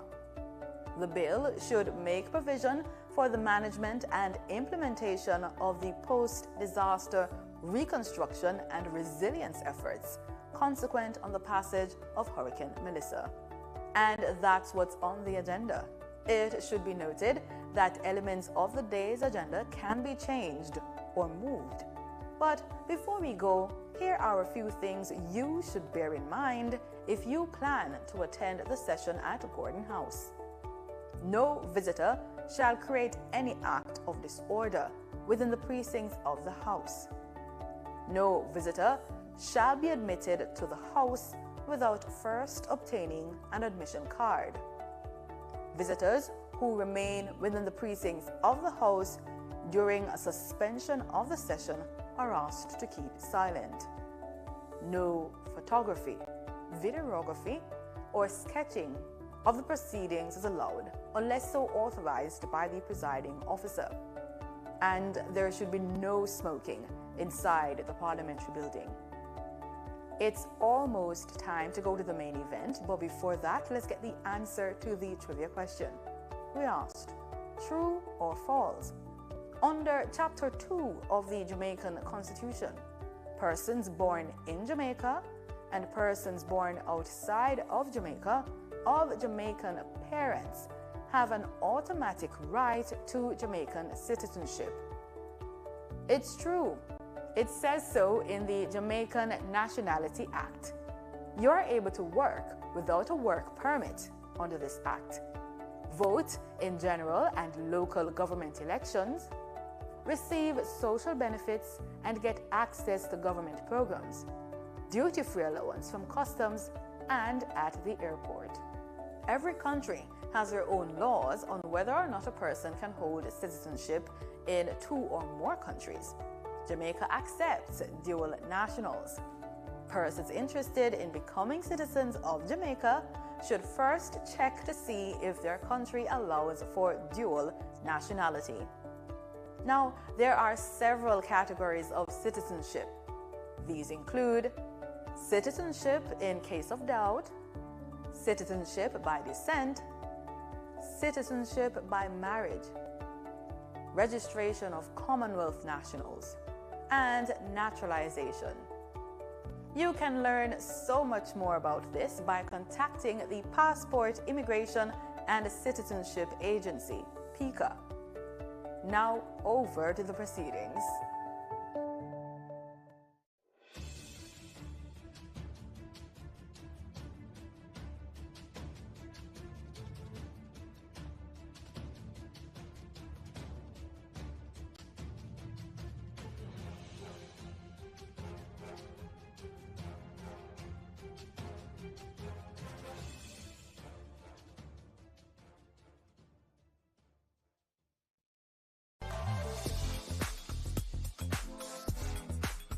Jamaica is on the move with smarter and cleaner transportation. The government is enhancing the JUTC fleet with 100 new CNG buses with 10 specially outfitted for the disabled. Running on compressed natural gas, these buses reduce emissions while offering advanced safety features and Wi-Fi. Jamaica is driving in comfort towards a sustainable future. Send me something and come back. Back to sender! God, thank you so much. Miracles await and miracles abound. Tune in every Sunday at 7 a.m. for your share of the Miracle Revival Hour with Reverend Dr. Blair. Come for the word, stay for the worship. Right here on PBCJ. Miracle worker.